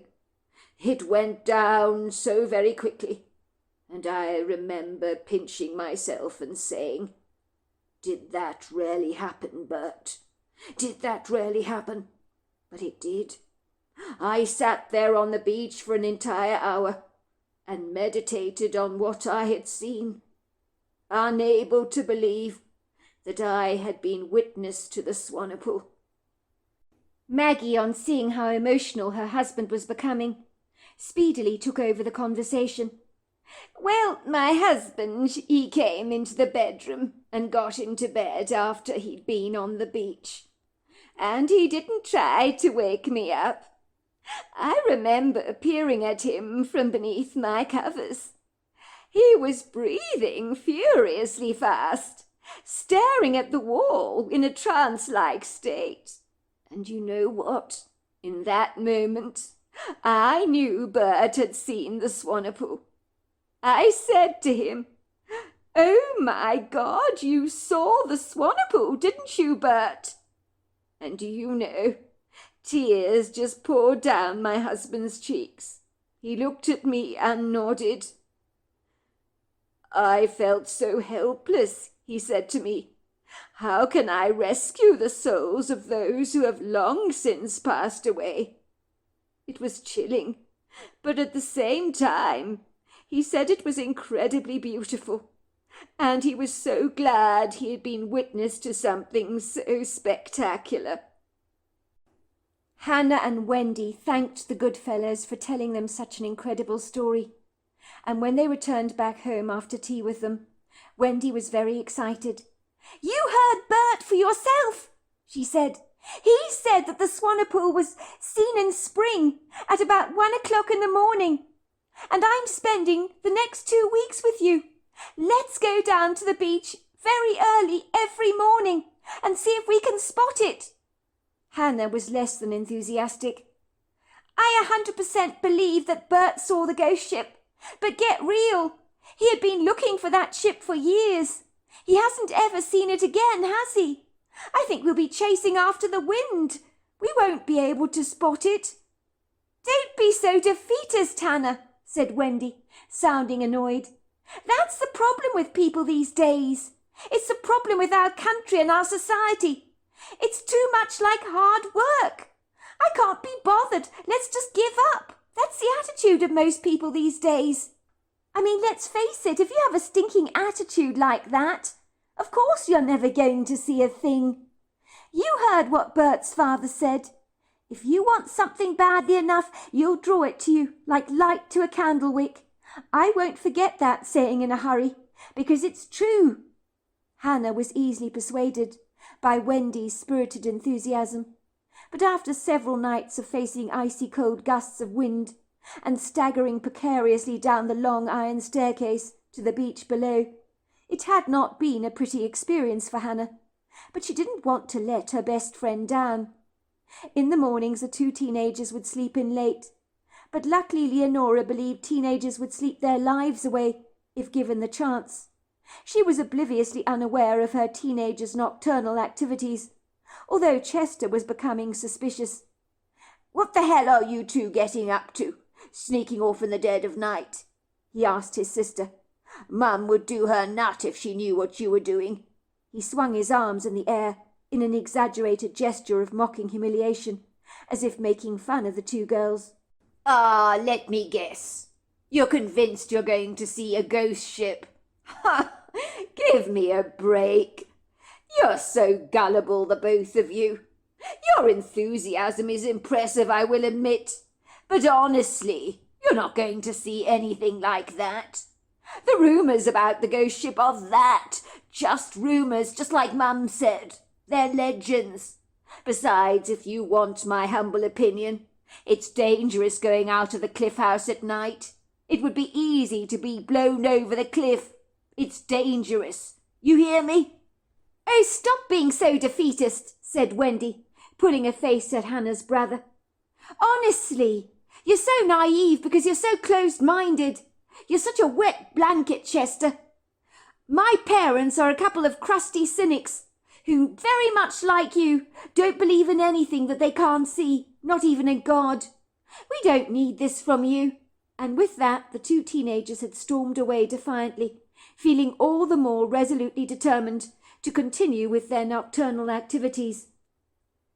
If the truth be told, Hannah was beginning to doubt that she and Wendy would see anything, but Wendy was one of those people that did not entertain the word doubt. And so every morning, like clockwork, at a godless hour, Wendy would be dragging Hannah out of bed, kicking and screaming if needs must. Hannah should not have doubted the girl that always made things happen, as Wendy would never disappoint. For some reason, Wendy could open closed doors that were bolted shut for everybody else. One morning, when a cantankerous, reckless wind wailed outside the house, so that the windows rattled and the whole house seemed to almost wobble and shake, Wendy shook Hannah out of bed, and on this ominous morning, Hannah was resistant to her friend's spirited nudges. She was so exhausted and completely embroiled in a pleasurable dream. "Get up, Hannah! We need to go down to the beach," Hannah groaned. "I'm so tired, Wendy. I'm exhausted," she complained obsequiously. "Let's forget it this morning, just for once. Can't we go tomorrow night? The weather out there, it's dreadful tonight. The wind is fierce. It's dangerous to go out there at this time." "Get up, Hannah," said Wendy, not taking no for an answer, becoming like a formidable army sergeant, issuing orders without apology, and being completely immune to any of Hannah's protestations. The kind of person you'd love to hate in the military. Wendy, knowing that Hannah was being particularly sluggish this morning, knew she needed assistance, so she promptly poured a jug of icy-cold water over Hannah's face. The water trailed down her cheeks and her chest, saturating her pyjama top. Hannah jumped up from her bed with a start, looking furious at Wendy. "I'm soaked! Look what you've done! I'm totally wet! Why did you do that? I've got to change from my PJs. They're saturated." She glowered. "Good! I'm glad they're soaked, because we need to get changed. We're going to the beach. One day you'll thank me, Hannah, for waking you up." The two girls, after putting on jeans, windbreakers and sneakers, tiptoed cautiously out of the house. But the wind outside the door was so fearsome that even if they'd thundered around the house, their noise would have been masked by the flamboyant, treacherous weather outside. Hannah did not like embracing a whirling wind like this, especially when their house was nestled on top of a cliff. But she bit her lip and said nothing. She knew that Wendy would show her little sympathy. Hannah's heart pounded in her chest violently as she grabbed the guardrail of the steps, set high in the cliff, that led a long way down to the beach. Thank goodness high tide was still 2.5 hours away, but the wind was roaring and thrusting its ungainly hands all over her and throwing her around indiscriminately, like a plastic bag in the wind. Hannah held tightly onto the bars for dear life, carefully treading down, one step at a time, terrified that one slip and she'd fall to her death. Both girls diligently wore headlamps every night on their nocturnal trips down to the beach. It helped them to see clearly, without having to handle a torch. Hannah felt like a very old lady as she descended the staircase with a clumsy awkwardness, feeling certain that in any moment the wind might just blow her off the stairs like a feather, and that she'd end up being fractured on the rocks like a chicken egg. She watched Wendy, nimbly climbing down the staircase ahead of her, with an effortless ease. It helped that in Wendy's early years she had been a gymnast, so Wendy had an enviable sense of balance, while Hannah had always been described by her gym teacher as like a sack of potatoes. Soon they were both standing on the beach, bustard in between the large sculptural shapes of the rocks. They both eagerly threw off their sneakers, enjoying the feel of the cold sand beneath their feet. They both found themselves staring out at the ocean, where the feisty white horses charged towards the shoreline, beating themselves against the rocks that protruded through the water like voluptuous creatures of the deep. The sound of the crashing waves was always soothing to Hannah, and some of the sea spray brushed against her face. If she was sleepy before, the icy spray wiped away the debris of her languid state and sharpened her senses, so that she was now wide awake and as sharp as a bird of prey. All of a sudden the aggressive wind died down, as if its truculent mood had finally subsided. There was a chill in the air that bit through the layers of her clothing, but Hannah did not mind.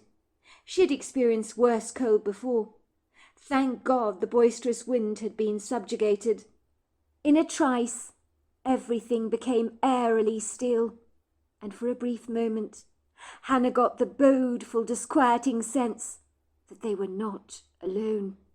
She could feel eyes burrowing into the back of her neck, disturbingly so, and this intrusive eldritch impression sent a spookish chill rushing down her spine. She wondered if Wendy had felt it too, but then again Wendy seemed blindly incognizant and heedlessly nescient about the haunting feeling that the night invited. Hannah was conspicuously aware many souls had lost their lives very tragically on this vast stretch of coastline, which was a sobering thought. Could some lost soul or ghostly spectre be watching them now? Such a thought would have delighted Hannah in the past, but right now, facing this daunting possibility, was not a thought she gladly welcomed. It would seem her optimistic, sanguine friend was immune to anything that might be remotely negative. But that was Wendy for you. She was the perennial optimistic, apart from anything concerning American politics, of course. She had clearly not noticed a thing on the beach. Wendy audaciously climbed a large rock and perched on it like a gull, staring out at the ocean, her eyes focused steadily on the horizon. She seemed lost in her own world for a moment, as if she'd forgotten that Hannah was even with her. The ethereal moonlight spilled generously over the beach, so that the ambiguous shadowy forms of the rocks were less obscure, and the effulgent silhouette of the moon cast her pearly luminescence over the water, so that it shimmered with a silvery fluorescent glow. It would have been marvellously prepossessing for Hannah if she could only eliminate the bodeful feeling that had taken charge over her body, so that the goosebumps developing over her skin were not this time even remotely related to the nippy weather. She turned around and through narrowing eyes scrutinized her immediate environment, her eyes keenly brushing over the sculptural rocks, the sea sand, and the distant silhouettes of the tall, lofty trees that fringed the furthest edges of the beach. But she saw nothing. Moments later, breaking the silence, came an ecstatic cry from Wendy. "Oh, my God! Oh, my God! Oh, my God!" Hannah turned her eyes on the horizon, and then she saw, above the ocean, was a steamy layer of thick, smoggy mist, and beneath the thick, cloudy condensation she could see what appeared to be an ethereal blue, mysterious light that was unlike any light she'd ever seen before, with a wistful, atmospheric quality that made every hair on her body stand up to attention. As she stood there for a brief moment, time stood still. She almost forgot who she was or where she was, and that she was standing like a frozen statue. She stood there, consumed with wondrous awe, as in abject confoundment she watched this blue light dancing through a smoky white vapour. Chills rippled through her body as she shivered excitedly. She had witnessed the northern lights in Alaska before with her own family, but this was like nothing she'd ever beheld. She knew unequivocally that she was seeing something spectacular, something few have ever seen or will ever see. She knew she was remarkably privileged. The blue light pierced through the mist, and slowly but surely the mist began to recede, and that was when she and Wendy saw the ghost ship, as large white billowing sails boasting the name the Swanepoel came into view, and the ship was unlike anything Hannah had ever seen or observed in her life. It was as if she'd stepped back in time to see a ship that had graced the ocean in the days of old, for ships in modern-day America did not look like this. The experience was so mesmerizing that Hannah did not even realize she was holding her breath. The prepossessing ship looked like it was caught up in a frisky storm. The sails were wobbling precariously, and the whole ship was swaggering like an inebriated drunk. And then she heard the thunderous crash as the ship began to jolt and shake. The air was pierced with the disembodied, haunted screams of the men on the ship that had been thrown overboard into the ocean. She could hear their cries for help. The ship gradually began to sink until it was all but gone. The screams persisted for a while, and then everything went very quiet. She could hardly believe what she had seen, but she turned around to hear these loud, excitable whoops. At first she thought Wendy was making a very curious sound, but to her bewilderment, the whoops did not come from Wendy. Both confounded teenagers turned around to see two huge, ambiguous humanoid creatures dancing under the moonlight, only a few feet away from where they were standing, and both of them were pounding the air with their fists and whooping in delight. These two figures that were tall and lofty, titanic in size, had also witnessed the ghost ship. Hannah's heart did a double skip. She felt the overwhelming need to rub her eyes. She was now certain she was caught up in a fictitious dream. She had to be. This was not really happening. It couldn't be. Hannah realized she was staring at two very large Bigfoot. The Bigfoot, a male and a female, on sensing they were being watched by the two teenagers, turned around to look at the girls, and to Hannah's absolute amazement, the male Bigfoot spoke to her in a curious language that she understood, for reasons she could not explain. But later she was to realize these idiosyncratic creatures have an uncanny, superhuman ability that can transform their language into a comprehensible translation in your heads that can be understood like some automatic download. Only this translation was far more efficient than a computer. Pitakana hosashakilana halina tolapasi hokolosinatila haminakwa. Tonight we have witnessed something very, very great that happens only once every 20 years, the male Bigfoot told them, his gaze fixing on the moon, and then his eyes twinkled as he studied the two teenagers. Hannah was aghast by how human he appeared to be. Dolatinakwa hasantila hobanisakwana holopo. It is a special night indeed, he continued, and you must be special to be invited to share in this ancient wonder.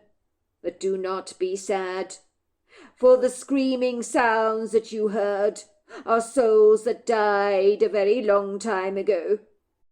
Makikakwana hasitalakato homasaka. This is an incident recorded on our time-space, never to be forgotten. It shows itself once every 20 years, and you have been privileged to see it, which is why we have celebrated. With that, the two Bigfoots turned around very promptly. She could hear them chattering away excitedly together as they walked down the beach. Kolamakati, hakilakwa, hobati, alakati, olapati nakwasana, hopoto. They were both clearly discussing the very extraordinary event. Hannah wanted to run after them, ask them more questions about the ghost ship, but she just remained rooted to the spot as she stared at her friend in bewilderment. For a while, neither teenager spoke. Finally, Hannah broke the silence and said, "Oh, my God! Oh, my God! Did that happen? Did that really happen?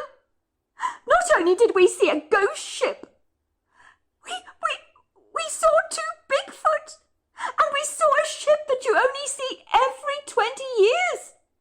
But we met two Bigfoot on the beach who shared this incongruent, preternatural experience with us. Did that really happen? Tell me it did. Tell Wendy was twinkling like a bright star. Her whole body appeared to be animated. "Are you glad I forced you out of your bed, you lazy cow?" she teased, poking her friend teasingly. "If it wasn't for me, you wouldn't have seen something so spectacular like this." "I wouldn't have missed this for the world," said Hannah. "I still can't believe it. I can't believe this happened. I've got goosebumps all over my skin. Can you see?" "I can. I can't believe it happened either." The two teenagers hugged each other, refusing to let go, because this would be a night they would never, ever forget. Chester's account. No one was more surprised than I was by the way my sister and her friend Wendy were behaving at breakfast the following morning. They were acting strangely, and Wendy had a smile on her face that was so wide I was surprised it actually fit on her face. The only way I can describe that look is as if someone has won the lottery and they're thrilled to bits, but have reservations about telling you their great news. I knew what my sister and friend were getting up to every night. I wasn't an idiot. I would hear them tiptoeing past my bedroom, and it did leave me feeling rather bemused. I did not think it was prudently wise for my sister to be going out in the middle of the night with Wendy, in the wistful, far-fetched, fanciful hope that they'd spot a spurious ghost ship that likely doesn't even exist. I mean, I'd never heard anything more ridiculous in my entire life, but I knew better than to put a spanner in the works and crush their dreams. That would be a cruel, rather heartless thing to do. It would be rather like telling a toddler, "Sorry, mate, Father Christmas isn't real." Can you imagine the devastated look on that toddler's face when all his images of Father Christmas climbing down the chimney to give him a Christmas stocking are cruelly shattered? In my humble opinion, it was one thing to hope they'd encounter a ghost of some poor beleaguered lost soul, wandering aimlessly along the beach, probably not even knowing they were dead, of which there was a distinct possibility, given the location of where we live, and the souls that have currently and very tragically lost their lives from both the past and in recent years. It's quite another to think that they'd encounter a ghost ship. I knew Wendy was absolutely determined to spot this ghost ship, so much so that every night she spent at the Cliff House with us, those two girls would resolutely be venturing out at the dead of night to look for this ship. It was like looking for a proverbial needle in a haystack. They told me they'd met a lovable old man on the beach who had seen the ghost ship 20 years before, and I will admit that did give me pause for thought. I discussed the idiosyncratic subject with a friend of mine who thought that it could be a glitch in our time-space when a traumatic event is replayed again. I didn't believe the old man was making the story up, but what I did believe was that my sister and her friend Wendy were grasping at straws in the pursuit of seeing this ghost ship for themselves. I mean, that old man had been trying to see a sighting of the ship for years and years, and his efforts, with the exception of one occasion, had been completely fruitless. What were the chances of my sister and her friends seeing it for themselves? Wendy was the most unusual, outlandish girl that I'd ever had the pleasure to meet. She was so unconventional, and didn't care what the hell you thought about her, which made me like her all the more. She'd tell you exactly what was on her mind without apology. She had strong opinions, especially when it came to politics, and I knew if she ever got to be a leader one day, she'd cut all the crap. She'd be the type of person you'd vote for, because she'd get things done, and she'd cut our taxes, making sure that people were not exploited financially, as she believes we're being robbed blind by our governments, and I'm in great agreement of that fact. A lot of young people feel like I do, and that we should have a say on how our taxes are spent, at the very least. Even my parents described her as one of life's movers and shakers. She was a positive influence on my sister, but I wasn't entirely sure these nightly trips to the beach were a good idea. I was torn between a rock and a hard place. I knew it would be treacherous for me to tittle-tale on what the two of them were getting up to at night, and for once in my life I will admit I was tempted to do just that, as I was grievously concerned of the safety of my sister and her friend. If my mother even had the slightest clue about their mischievous nightly soirees, she'd be freaking out. But my father would be insouciantly nonchalant about it all. Nothing ever troubled my dad. He was as perennially easygoing as the alpine flowers growing breezily on a mountain slope. Nothing phrased my father, who took life in what I can only describe as a casual, enviable stride. My mother did have grievous concerns about how precariously treacherous the cliff was, and let's just say we had entertained several people in our home who had very nearly thrown themselves off the cliff, but thanks to my father, they had chosen to live. My father would bring them back to the cliff house and offer them coffee or a stiff brandy, and the police were always cordially invited to sit around our breakfast table in our cosy kitchen, and very often the person who had been about to take their own lives left our home in a police car with a decisive skip in their step, like people who are looking forward to embracing the rest of their lives, when only moments before they wanted to throw themselves off the cliff. My father Malachi had been a proficient, highly skilled used car salesman when he was only 18 years old, and no one had sold more cars than he did when he worked at the dealership. If anyone could persuade someone not to throw themselves off the cliff, it was my dad. Even the police, mesmerized by my father's abilities, were asking him for tips on how to persuade people to change their minds about jumping off the cliff to their deaths. I thought my parents were crazy to buy a house like this, but when we moved here, I understood why they bought the cliff house. My mother described it as being on top of the world, and it definitely is. I think the cliff house is the most beautiful house in these parts. It's simplistic and classic, with enviable prepossessing views.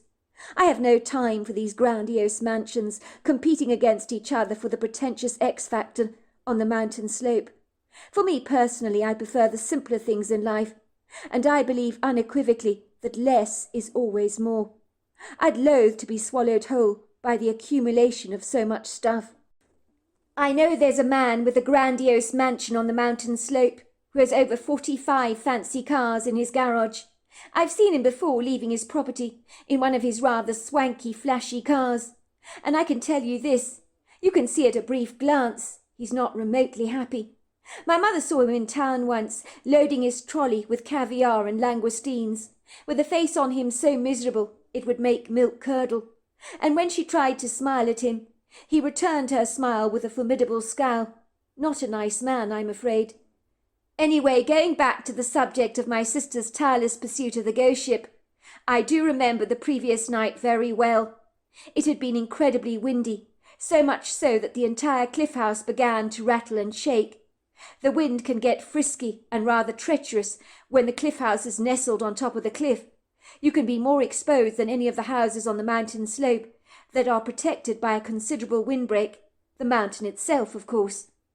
Suffice to say, I nearly had a coronary arrest when I heard Wendy and my sister clandestinely creeping past my bedroom at the dead of night. Those two always think they're so incredibly clever, but I always know what my sister is getting up to. I'm like a crow with a beady eye, watching all their comings and goings, and not missing a trick. With the wind howling outside like a cantankerous old man, I sat up in my bed with a start. You've got to be kidding me. My sister and her friend Wendy were not evacuating our house at this time of night with the weather so grim. It was practically blowing a gale outside. Surely they weren't going to attempt climbing down the steps and the cliff in pretentious weather like this. If they weren't sagaciously careful, they could be blown over the cliff to their deaths. What the hell was wrong with them? Had they lost complete leave of their senses? I even heard my sister whispering to Wendy, "Are you sure it's a good idea? Listen to the howling wind." I could hear Wendy telling my sister to get a grip and to stop being such a baby. I bet that went down with my sister like a lead balloon.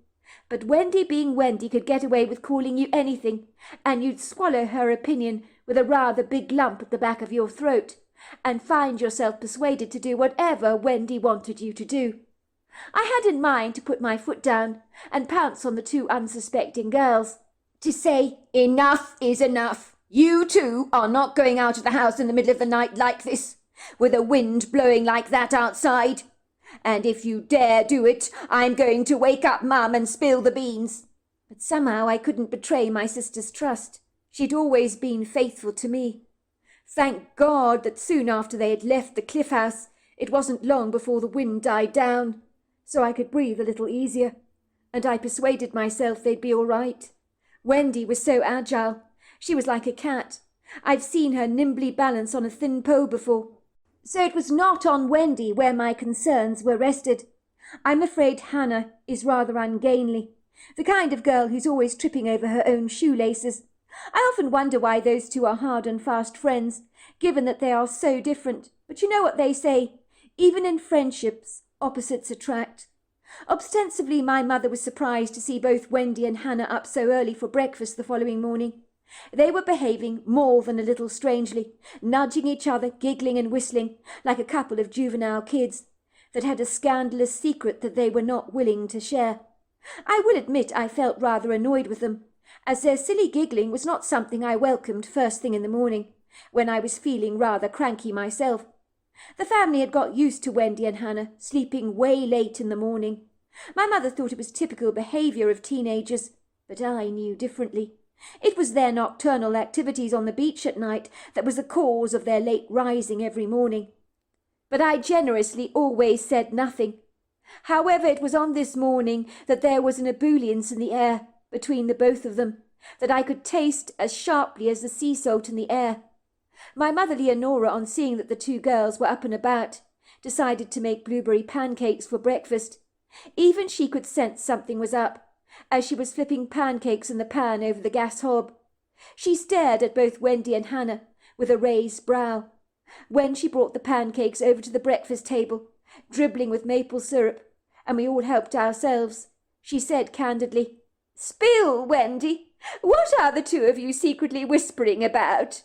You both look like the cat that got the cream, and more besides. I will not rest until you tell us what you're hiding from us, so spill, or forget having any more pancakes." "If I told you, Lenora, you wouldn't believe me," said Wendy, shrugging her shoulders. "So what would be the point anyway? But something wonderful happened to us that has blown our minds, that's all." "Let's see," said my mother, with a note of sarcasm in her voice. "You're going to tell me you saw the ghost ship last night, are you?" she said with a mischievous twinkle in her eye. I had no idea why she said that. Maybe it was because Wendy talked about the ghost ship so much, and how much she wanted to see it, and had told my mother about the old man that they'd met on the beach, who had taken them to his home for tea, and told them about his sighting of the ghost ship. My mother was blown away by the old man's story, and kept saying, "Well, I never! What an extraordinary story! What do you think, Malachi?" My father had said, "It sounds like the old man got to see something quite remarkable." "We want to see it too," Wendy had chided excitedly, and I remember thinking, "Sorry, girl, that's not going to happen to you." But of course I politely withheld my private opinion. Never in a month of Sundays did I think that I would be eating up my words for breakfast, along with a bowl of Cheerios and some blueberry pancakes, dribbling with maple syrup, that I barely tasted that morning, which is a first, I hasten to say. I will never forget the befuddled expressions on Wendy and Hannah's faces. Wendy stopped chewing her pancake at once. Both girls looked confounded, and went almost deathly white. "How do you know?" Wendy said quite abruptly, looking at my mother accusingly as if to say, "Have you been spying on us or something?" It was my mother who then nearly choked on her pancake. You see, mentioning the ghost ship on her part had just been a joke. I was the one that stared at the two girls in confoundment now. They were joking, of course they were. There was no way on God's earth they'd seen the ghost ship, but somehow their expressions told me another story, and that they had. You cannot make up a look that those girls were wearing on their faces. If you could, you'd get an Academy Award for first-rate acting. I think those two girls at the best of times were pretty lousy at the performing arts, without wishing to be mean. The story they told us next was so outlandish and so remarkable that I almost spat out my food in shock. I knew unequivocally that they were not making the story up. You pretty much know when someone is telling a lie, and Hannah is the most useless liar I've ever met. I've known my sister all my life, and she's never been able to put a fast one on me, and even my parents know when she's spinning a big yarn. All right, I will admit, I was green with envy, and I'm not used to experiencing a reaction like that because I'm not by nature jealous. But can you blame me? My sister and Wendy had seen a ghost ship, and if that wasn't enough, they'd encountered 2 Bigfoot on the beach, all in one night. It's like winning the lottery twice over. My eyes were on stalks as I listened to their incredible story. I'm not going to kid. I almost hated them for their good fortune, and secretly wished that I had stopped them from going out in the middle of the night after all. I was privately pleased when my mother said, "I don't care what you saw on the beach, whether it was a ghost ship or 2 Bigfoot. But what I do care about is that last night you went out of the cliff house in treacherous conditions. There was quite the wind blowing out there last night. The house was rattling. But you both decided to go out in the middle of the night looking for a ghost ship when you could have been blown to your deaths." "Oh, don't be so dramatic, Leonora, dear," said my father Malachi. "They're both safe, are they not? And for God's sake, Leonora, they saw a ghost ship. And 2 Bigfoots told them you only see that once every 20 years. I'll say this about you. When you're around, Wendy, things happen. Remind me to get your ideas on what horses to pick the next time I go to the races," he teased. I turned around to look directly at Wendy, and I said, "What I don't understand is how you claim the Bigfoots talk to you. How could you possibly understand a word they were saying? And weren't you the slightest bit intimidated by their size? I've heard some hair-raising stories about Bigfoot encounters before, where people have been scared out of their wits. And you're telling me these creatures were all pally-wally with you?" Wendy looked heartily annoyed with my cursory comments, and physically frowned. "We're telling you what happened to us last night, Chester, and it's no skin off my nose if you don't believe me.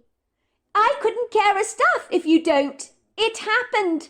Get over it, will you?" "I never said I didn't believe you, Wendy," I said obsequiously. "Well, if you want to know how we understood the Bigfoots, it was because when they spoke to us, or when he spoke to us, in a foreign language, the translation was downloaded into our heads like one of those fancy computer apps, only super fast. You just knew the meaning of their words. That's how we knew." "It's true," said Hannah. "It's very hard to explain. They speak in an ancient language, and they seem to have these outer-worldly abilities." "What did they look like?" asked Leonora. "I cannot believe you spotted one on the beach, so close to our home." "We didn't spot one. We spotted 2, Wendy corrected my mother. She considered my mother's words. "The ones we encountered were so human, weren't they, Hannah? Very human." Hannah nodded. "They were titanic in size. I mean, we're talking about 8 to 9 foot tall, possibly 700 pounds or more. Very muscular, covered in long, flowing dark hair. I think they have their own unique faces like human beings do. I would recognize the both of them straight away if I ever saw them again. They were friendly towards us, so of course we weren't afraid. It was like encountering a regular human being, only they were incredibly different. Besides, it was like there was a special connection between us as we all shared in this remarkable experience together. So I guess it kind of bonded us all. I hope we see them again," said Wendy wistfully. I wish I could have been happy for my sister and for Wendy, but I hasten to say I wasn't. I almost hated them for experiencing something so amazing, and that I'd missed out. And I was secretly determined that even though I had never got to see the ghost ship in some way, I would stop at nothing to find those Bigfoots. I must admit, I've always been a cynic. I would have never believed in the cryptic creatures before. But when you've been in the company of 2 people that have met the creatures, you know without a shadow of a doubt that they are real. By nature, I'm quite the slouch. I like to retire to bed early, and getting up in the middle of the night is not my idea of fun. But that had all changed exponentially for me after my sister's sighting of those Bigfoots. I was determined that I would be doing some nocturnal research all of my own, and one day I'd be sitting across the breakfast table with my incredulous story to tell Hannah, and she would envy me as much as I'd envied her. She had admitted she wished she'd run after the Bigfoots and talked to them more. They seemed to know a lot about the ghost ship. They had been sitting there on the beach, waiting for it to appear, like people who go to Alaska to observe the northern lights. I guess both me and Wendy, we were so shocked. It took us a long while to come to terms with what had happened that night, she had said. But by then the Bigfoots were long gone. It stands to reason that the Bigfoots would be more active at night, I had thought. So I called my friend from home to tell him my sister's incredible story, and to say he was shocked is an understatement. I had begged him over and over and over again to come and stay with me at the Cliff House, but he wasn't biting the bait. But that changed at once when I told him about the Bigfoots. Suddenly he couldn't come to the Cliff House fast enough. This isn't a wind-up, bro, is it? You are telling me your sister Hannah and her friend Wendy got to see 2 Bigfoots and a ghost ship on the very same night? You are kidding me. That is insane. I'm not winding you up, bro. I know my sister is not making this up. Neither is Wendy. They're telling the absolute truth. I'd know if they were making it up. When can I come and stay? Were his very next words. Oh, that is such fabulous news, my mother had said to me. I can't believe that Dylan is finally coming to stay with us at the Cliff House. You've asked him so many times. I thought he was rather reluctant because of all the suicides that happened on the cliff, and I thought he'd got cold feet. But to hear he's coming, well, that is such great news, isn't it? I never told my mother why Dylan was now an eager beaver to come and stay with us, but my mother's not stupid. I guess she secretly suspected what this was all about, but if she did, she wisely said nothing. As for my father, he gave me a knowing look and slapped me on the back and said, "Don't be disappointed, son, if you and Dylan don't see a Bigfoot on the beach. Your sister got lucky, that's all. But remember, those creatures are naturally elusive by nature. Not many people get to see them. I hope you realize that." I held up my hand to stop my father going on any more. I didn't need him robbing all my hopes with his doubts. "Dad, forget it. I know what you're going to say, but don't say it. For your information, me and Dylan are going to find those Bigfoots that Hannah and Wendy saw. They are out there somewhere, and we'll find them." My father looked at me sorrowfully, but wisely shut his mouth.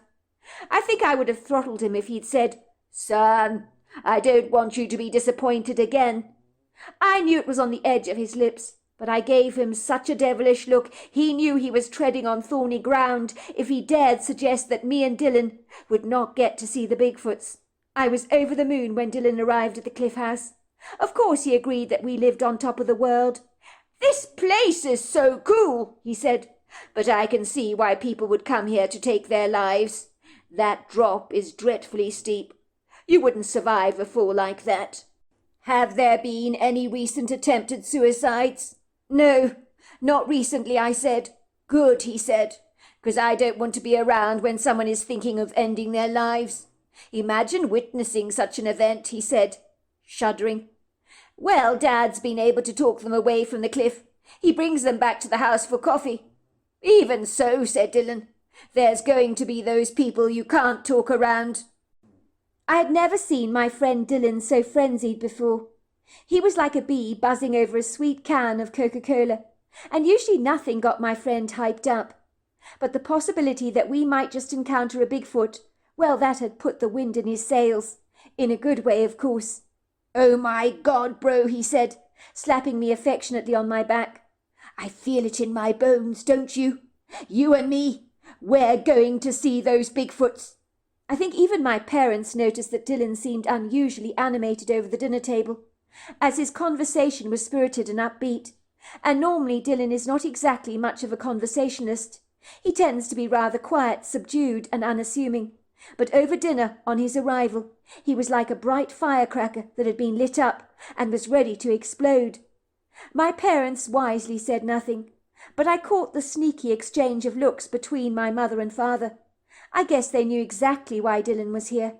I could have knocked my sister off her smug, condescending pedestal when she said with a haughty swagger, as if butter wouldn't melt in her mouth, "If you think you're going to encounter the Bigfoots that me and Wendy saw, I doubt it very much. We were just lucky, I guess." Little did my sister know that her pompous cursory remarks only made me and Dylan all the more determined to leave no stone unturned to find those Bigfoots my sister had seen. When my family retired to bed that night, I felt like a little boy all over again, with a treasure trove map in my hands. I think Dylan felt much the same. My heart was fluttering in my chest, as if a couple of trapped birds were flying inside me, looking for an escape. Dylan's eyes were shining like a kid, unable to wait for the exciting promise of a Christmas morning and a brand new toy train he was about to receive. Ostensibly it was like we were discussing where we would find the pirate's treasure, which in our case was not gold bullion, but of the hairy kind, you could say. We both sat up drawing a map of the area and the wooded areas close to the beach. We set our alarms, and in the nights that followed we were up and about, walking through wood groves and scaling beaches in the dead of night, in our frantic search for the cryptic creatures. I would be lying if I said after 5 consecutive nights of exhaustive searching, I was becoming increasingly more despondent of a successful outcome in finding those elusive creatures. When I saw my sister's haughty expression being replayed in my head, and her patronizing words, "I guess we were just lucky," it was like a catalyst to me, and my ebbing exhaustion would light up like a pilot light in a gas geyser, and I'd become more and more determined not to give up on our quest for the Holy Grail. One thing I will say about Dylan is when he has his mind set on something, he does not get easily discouraged. I doubt that for a single moment that he felt remotely despondent like I did. After a night of searching, he'd slap me on the back again and say, "Tomorrow we'll find those Bigfoots." It was on the 6th night of our nocturnal activity that our luck was about to change. I remember when Dylan was shaking me and telling me to wake up. There was a large part of me that wanted to say, "Forget it, bro. I just want to sleep in." But then my sister's annoying smug face would peer at me in my head and taunt me, like a mouse teasing the family cat. And she'd say, "I guess we were lucky." I'd bounce out of my bed faster than a March hare and get dressed into my jeans and sweatshirt at the speed of light. Believe me, I needed no further encouragement. Summer was looming closer, so the weather was becoming significantly warmer, but it can get quite cool at the Oregon coast, even in summer, and the water is not friendly for swimmers unless you're partial to swimming in ice-cold conditions, which are fiercely abhorrent in the late evening, when the temperatures plummet still further. I don't care how good it is supposed to be for your immune system. You won't get me dead in that water, not even wearing a wetsuit. We had planned to do all our searching when, of course, the beaches were accessible, when the tide is low. I'm not sure what time it was, but the cliff house was in a deep sleep. So like 2 furtive burglars, we surreptitiously crept through the house, and yes, there was a cool breeze blowing outside. But I'm glad that we didn't have to encounter those boisterous windy conditions my sister embraced on the night that she observed the ghost ship. Soon we were outside the house, and if my mother knew what we were up to, which I suspect she did, she wouldn't have blinked an eyelash. That's a good thing about being male. Your parents are just much more relaxed about what you get up to. I guess they think I can look after myself. And as for my father, well, he's the most carefree person you could ever hope to meet. It was a blissfully beautiful night. We were both wearing headlamps on our heads, but the full moon was fiercely generous and lit up everything in a pearly luminescence that was hauntingly ethereal. I've never known a night to be so light, and me and Dylan could see our way clearly down the long wrought-iron staircase that led to the rocky beach below. I barely noticed the cool breeze nuzzling at my skin and burrowing through my windbreaker. I'm not sure what our plan was for this evening. I guess we didn't have a plan, which may have been the very reason why our luck changed. Before long we were on the beach, staring at the sculptural rocks, like large slouching sea animals stretching out languidly across the sea sand, while the surf galloped elegantly to shore, like a herd of white Lipizzaner ponies. I remember for a brief moment just standing there on the beach, staring up at the full moon and the silvery sheen of light that trespassed so elegantly across the ocean. In that moment I wished I was an artist or a great photographer of some kind, because the night was almost outer-worldly. It was blissfully idyllic, and in that second being out here on the beach was 1,000 times better than being wrapped up in a cosy warm bed. The night beheld within its grasp a prepossessing magic, We could hear the sound of the breakers crashing violently against the rocks, smell the pronounced salt in the air. We observed a couple of large crabs scuttling across the sea sand. For once in our lives we were not hurrying up the long ribbon of beach, looking for the lofty, ambiguous silhouettes of two Bigfoots. Instead, we were held to ransom by the incredible view, spellbound by its intoxicating allure. We had both abandoned our sneakers and were standing on a cool gargantuan rock, staring out towards the sea. And for some absurd reason, we just sat down, and we watched the effervescent sparkle of the night before us. For a moment I forgot about even why we were here. We were so caught up in this moment, my mind empty of any thoughts. It was like I had become one with the ocean spray, with the rocks, with the pearly moon, and Dylan was to tell me much later that he had felt much the same. That was when we saw it. At first I had no idea what I was seeing. It looked like something bulky and white, hammering into the side of a distant rock, as the waves thundered against it. "What the hell is that?" I asked Dylan. "I have no idea," said Dylan, following the direction of where I was pointing to. He shrugged his shoulders. The two of us instinctively bounded over towards the rock, and that was when we saw the figure of a girl, in a white jacket, floating on the water. She was dead, her body crushed and contorted at a very peculiar angle. She looked to be about our age.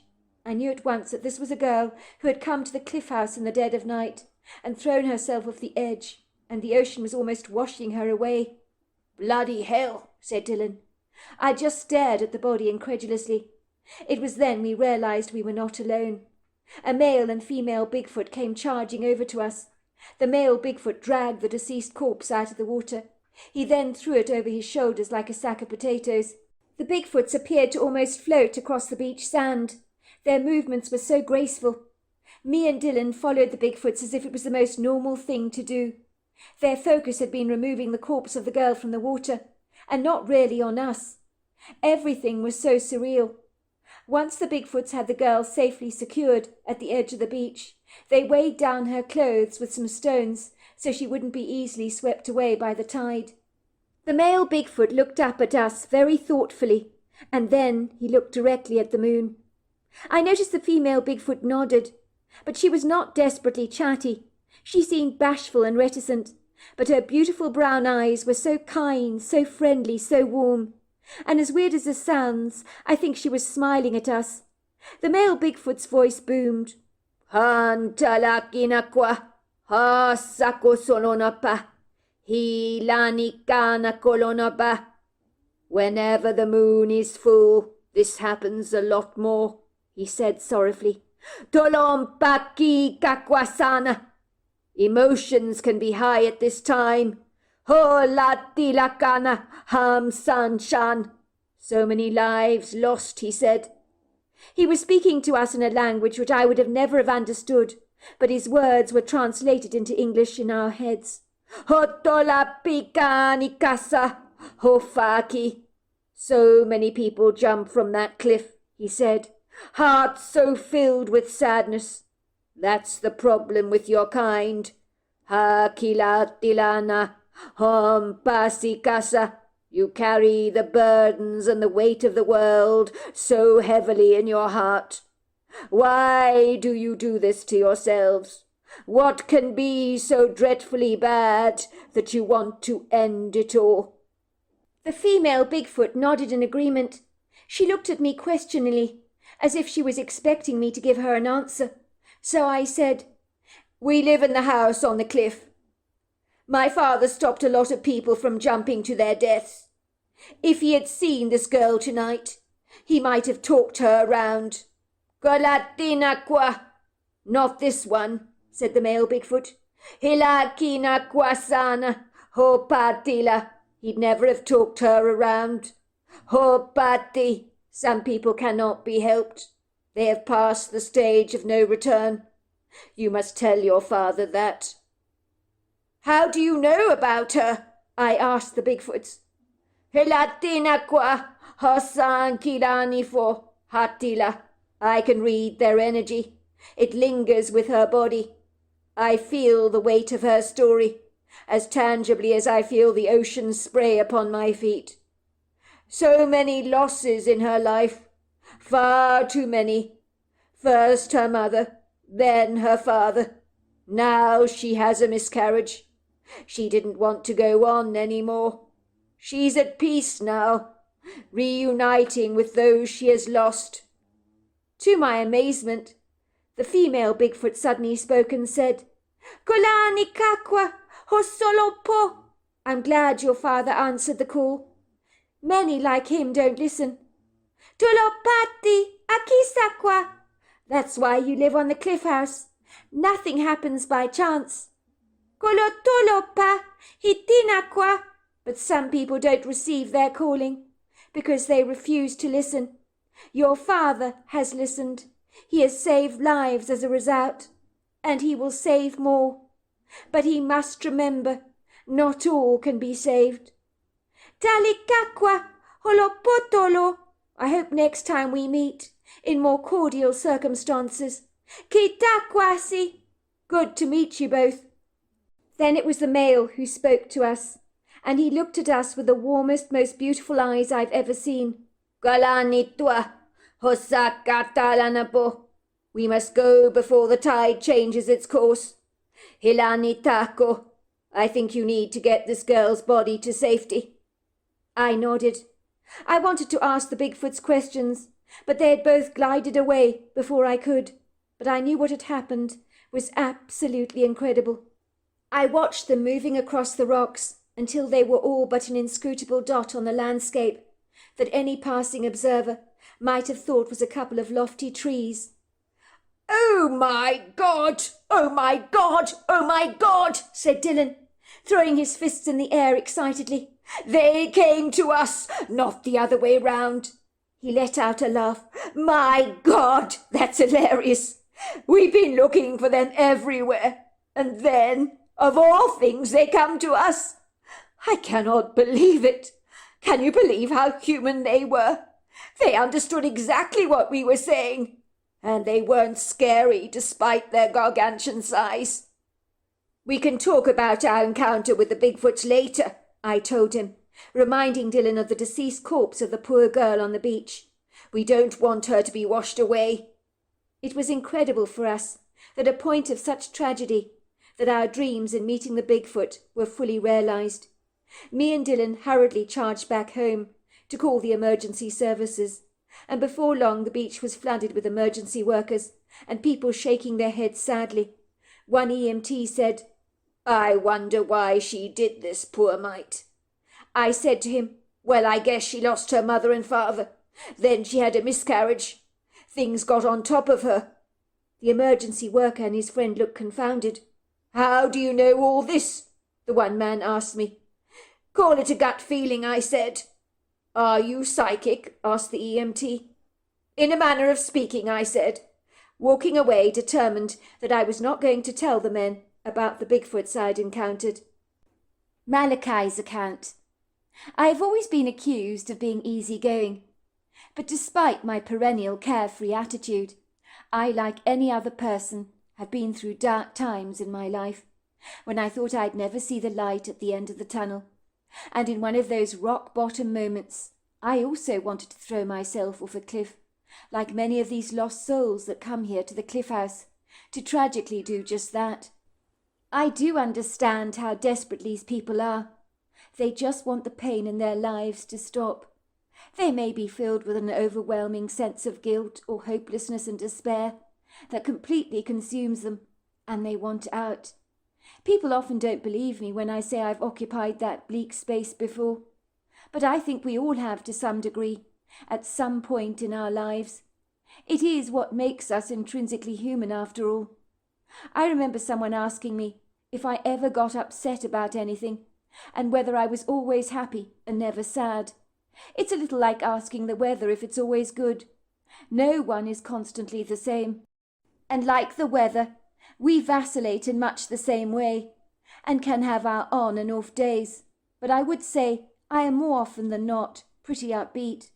Having said that, nothing ever prepares you for seeing a dead body lying on the edge of the beach. You never get over something like that, especially when I knew that if I'd spotted the dishevelled, sad young girl who had thrown herself over the cliff at night, I would have tried my damnedest to reach out to her and encourage her to change her mind about ending her life. One thing I always tell these lost souls is that nothing ever stays the same, and that there is a season for everything in our lives and a purpose. It is one of the quintessential universal laws of life. Even the trees in nature know this fact. They shed their leaves in winter and blossom again in spring if they're deciduous. It's an ongoing process of renewal, a beginning again, you could say. I tell these people they're going through a harsh winter of their lives, emotionally speaking. What you do is you try to overcome the challenges of those tough times, and when you see your first yellow daffodil, you know that the bleak place you once occupied is suddenly beginning to shift, and it always does, because it has to, because that is the law of nature, and even our human body is never the same. It is always ongoingly renewing itself. I knew when we moved to the cliff house, we'd be exposed to people like this, climbing up the long iron staircase from the beach to the top of the cliff and throwing themselves over to their deaths. Many of them, when they get to the top of the cliff, are hesitant, for there is a small part of them that really does not want to do this. And that's what I grab onto when I walk over to these people. I like to see that hesitancy, for in their lingering doubt there is the opportunity of hope. You'll be surprised how many of them just need a listening ear, someone who can listen to their story and empathize with their plight. And some of them, I believe, want to be persuaded to change their minds. When my son woke me up in the middle of the night to tell me there was a dead body on the beach of a young woman between the ages of 21 and 25, it grieved my heart that it was far too late to help her. I prepared myself for this emotionally, as I was fully aware that you cannot help everyone. I knew that there are people hell-bent on committing suicide, and no matter what you do, you'll not be able to stop them, for their decision is resolute. They are the type of people that won't hesitate when they get to the top of the cliff, because they have made their minds up that they are going to jump, and nothing can sabotage their determination. After my son and his best friend Dylan revealed the heartbreaking news about the young lady's demise, I clambered down to the beach with my son, along with a few police officers, watching the body of this young woman being hauled onto a gurney, covered in a sheet, and whisked away in the coroner's van, while crime scene tape was strewn around the immediate area, which is the normal protocol to establish that the woman's death was indeed a suicide.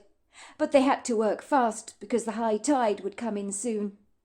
I felt profoundly sad, as did everyone on the beach that night. The EMT workers have seen this often enough and never get over it, but you can't let it destroy you. Otherwise you wouldn't function well in your life. You might think we were mad as a family to buy the cliff house, because we are predisposed to this kind of grisly, depressing incident that most would rather not be acquainted with. But from the very beginning, moving here seemed right, as if in some way it was a calling, as if we were meant to be here. You have no idea how good it feels to talk someone out of committing suicide. Very often I bring these people back to our house for coffee, when moments before they had intended to kill themselves. They are regular people like you and me, that have reached a tough spot in their lives that they seem incapable of resolving. The mood over the breakfast table the following morning was lugubrious after the events of the previous night. I mean, how could it not be? We all felt desperately sad for the young lady. My wife Leonora was saying, "That's why people don't want to live at the cliff house, and you can perfectly understand where they're coming from. They just don't want to be exposed to all this drama." She looked at me sadly as she stirred a pot of porridge over the hob, and I said to her, "But I wouldn't want to live anywhere else, would you, Leonora?" "Do you know, Malachi, I've given this a lot of thought, and you know what? I love living here, despite the tragedy that we're exposed to. I feel that if we weren't here, so many of those souls would have lost their lives. You have intervened, Malachi, and helped so many. And as the police keep telling you, you can't help everyone, but you've helped so many. And so I think it's great that we live here." As you keep saying, Leonora, we're on top of the world, are we not? We don't have to drive to a beach. We can take a long walk away from the rocky cove, and then there we are, on an exquisite ribbon of beach, used by the public for long walks. What could be better than that? I feel the Cliff House fits our lives like a glove. And both Hannah and, of course, Chester just love it here as much as we do.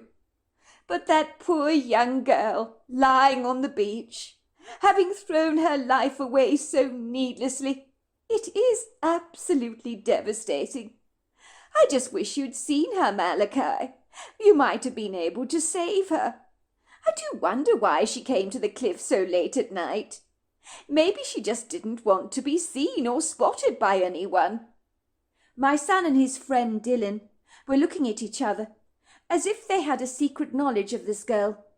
Chester proceeded to tell me that the girl's parents had died tragically in a short space of time of each other, and that after a miscarriage she couldn't go on any more. She had lost too much in her young life, far too quickly, and couldn't handle the crippling impacts of her losses.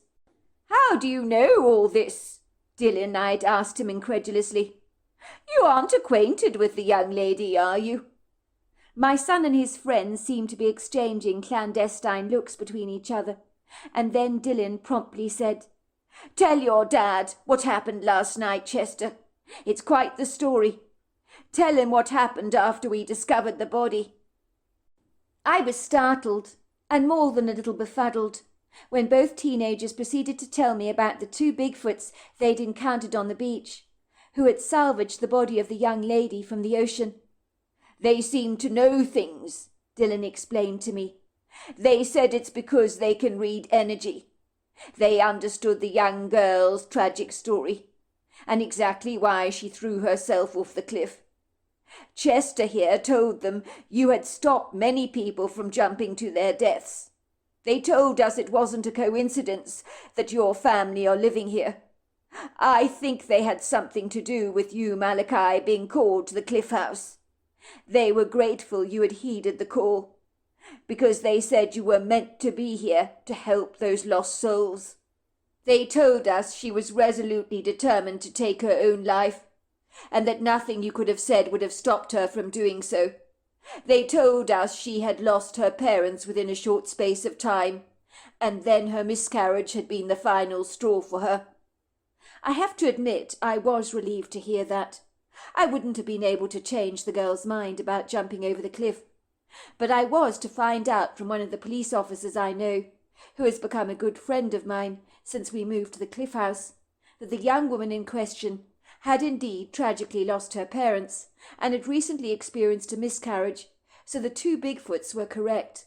How could they know so much stuff about her? The mind boggles. They must have some superior intelligence, I concluded. The officer had told me that his friend had spoken to the girl's fiancé, who said that this was not the first time that she had attempted to take her young life. The first time she had overdosed on tablets and was sent to hospital to have her stomach pumped. She had been furious to be saved. It would seem her fiancé had tried desperately to get her psychological help, but the young lady threw all the medication she had been prescribed down the toilet and refused to take it. The girl was determined to end her life. She had gone beyond the point of no return, and that eased my conscience exponentially. Furthermore, she had deliberately climbed the cliff at night so she wouldn't be seen, while her fiancé was at home in bed, blindly oblivious of what she was doing, for she had slipped some sleeping pills in her fiancé's milk, so that he was fast asleep and was unable to wake up. She had driven to the beach, taken the walk up the wrought iron staircase, and thrown herself off the cliff. One of the police officers had found her silver locket a few yards away from the cliff's edge, which was tragic. I was teaching myself to bounce back from these tragedies. I marvelled that in a short space of time since we'd been living at the Cliff House, so many idiosyncratic, outlandish events had occurred that had made me re-evaluate my views of the world. I'd always been a hardened cynic up to now, about all things supernatural, but my views had shifted and changed since we'd come to live on top of the cliff, and I'd been forced to conclude that energy lives on. I was in no doubt that my daughter Hannah had seen the Swanepoel, a ghost ship.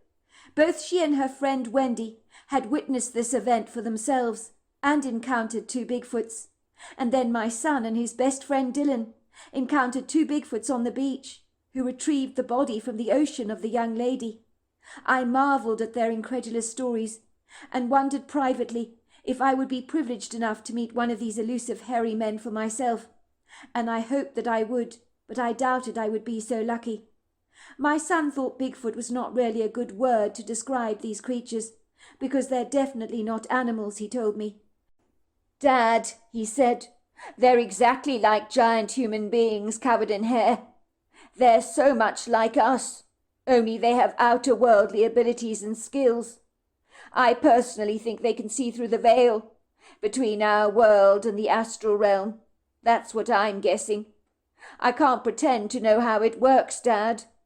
They do have the ability to speak to you in a strange language and then translate their words to you so you understand exactly what they're saying.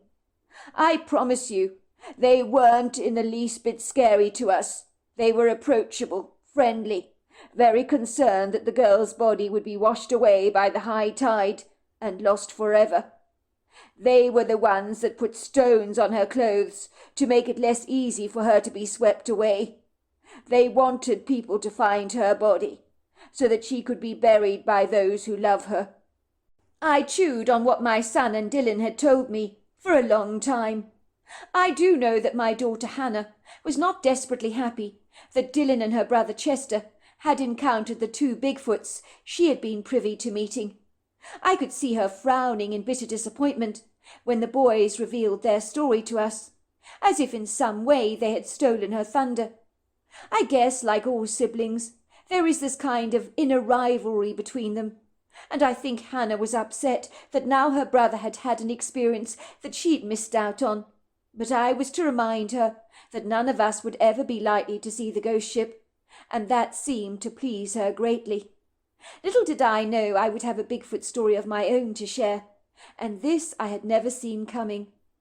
A year had gone by after the tragic death of the young lady that had thrown herself over the cliff, and in that time I had managed to successfully talk a few more precious souls from squandering their lives by recklessly taking a tumble from the cliff to their deaths. I don't think I've experienced a more gratifying feeling than watching someone choose life instead of death and walk away from the cliff. They usually run into my arms, some sobbing onto my shoulders. Then I take them back home with me for coffee. The police, who've always arrived on the scene by that time, are invited to join us. It must have been about late spring, moving steadily forward into the summer months, when I woke up from my bed with a start. I know this is going to sound very insane, but I heard a very persuasive, powerful voice in my head saying, "Cliff! The cliff! You need to get to the cliff now! You need to stop him!" This kind of thing had never happened to me before. It was enigmatic, to say the very least. But I knew the voice I'd heard had not come from my dream. I had never heard such a voice before, but I knew I needed to obey it. I had grown rather accustomed to the bizarre, outlandish things that happened at the Cliff House, and was beginning to accept them as the status quo. I guessed at once someone was intending to throw themselves off the cliff, so I needed to stop that at once. My wife Leonora began to grumble in her sleep. "What are you doing, Malachi? Come back to bed, won't you?" She looked up at me through dopey, half-shut eyelids congealed with sleep.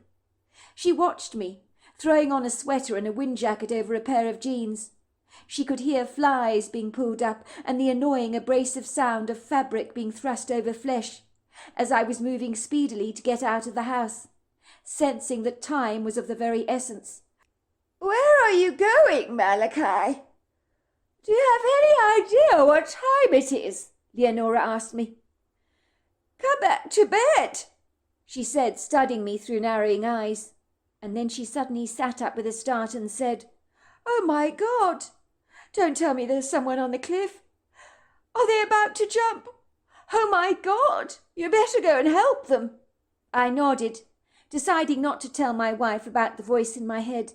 Maybe it was nothing after all, but if I didn't listen to that voice, and a dead body was recovered in the morning, I would know that I had failed someone who I might have persuaded not to jump to their deaths. So I was out of that house faster than a March hare, being pursued by a very hungry coyote. A cool breeze was whistling against my face. It was a dark night, as the moonlight was not generous. I think it had slipped furtively behind some dingy grey cloud cover, and was determined not to make an appearance. And even the silvery stars seemed to be sulking, as they peered at me through the vaporous cloak, like subdued rhinestone jewels covered in dust, badly in need of a good old polish. The lugubrious mood of the night was both sombre and sad, charged with a nervous, uncongenial, monotonous energy, made worse by the tenebrific atmosphere that swallowed up the definitive details of the landscape around me, so that beyond my torchlight everything was astoundingly dark, and it was hard to even see my hand in front of my face. I could hear the fierce, obstreperous crashing sounds of the tenaciously spirited surf thrashing against the rocks violently, and taste the pronounced salt in the air. It was a particularly fresh night, and a chill pierced through my windbreaker that I noticed not. I remember my heart was pounding in my chest with an earnest trepidation. I was flashing my torchlight through the ominous dark shadows, but at first I saw nothing. And then, stealthily moving towards the edge of the cliff, was an ambiguous silhouette that looked to me to be the shape of a man. "Stop! Stop there right now!" I cried out. "Don't move an inch! Don't go any further! It's very dangerous and perilous. You'll fall to your death. The cliff is steep." The man stopped and turned around to look at me in bewilderment. He had not expected to be rudely interrupted, and there was an expression of annoyance on his sullen, downcast face. "What are you doing here?" he said brusquely. "Why don't you go away? Leave me alone. Get that light out of my eyes. It's blinding me." "What are you doing up here?" I asked him. "Shouldn't you be back at home in your bed with your wife, not climbing cliffs at this godless hour of the night?" "My wife," said the man, scoffing. "That woman doesn't give a damn about me. She'll be a lot better off without me. She'll probably throw a party once I'm gone. She pretends to love me, but our whole relationship has been a farce, and I've only just found out about it now. All this time I thought we had a great relationship. I thought we were good together. I thought we loved each other.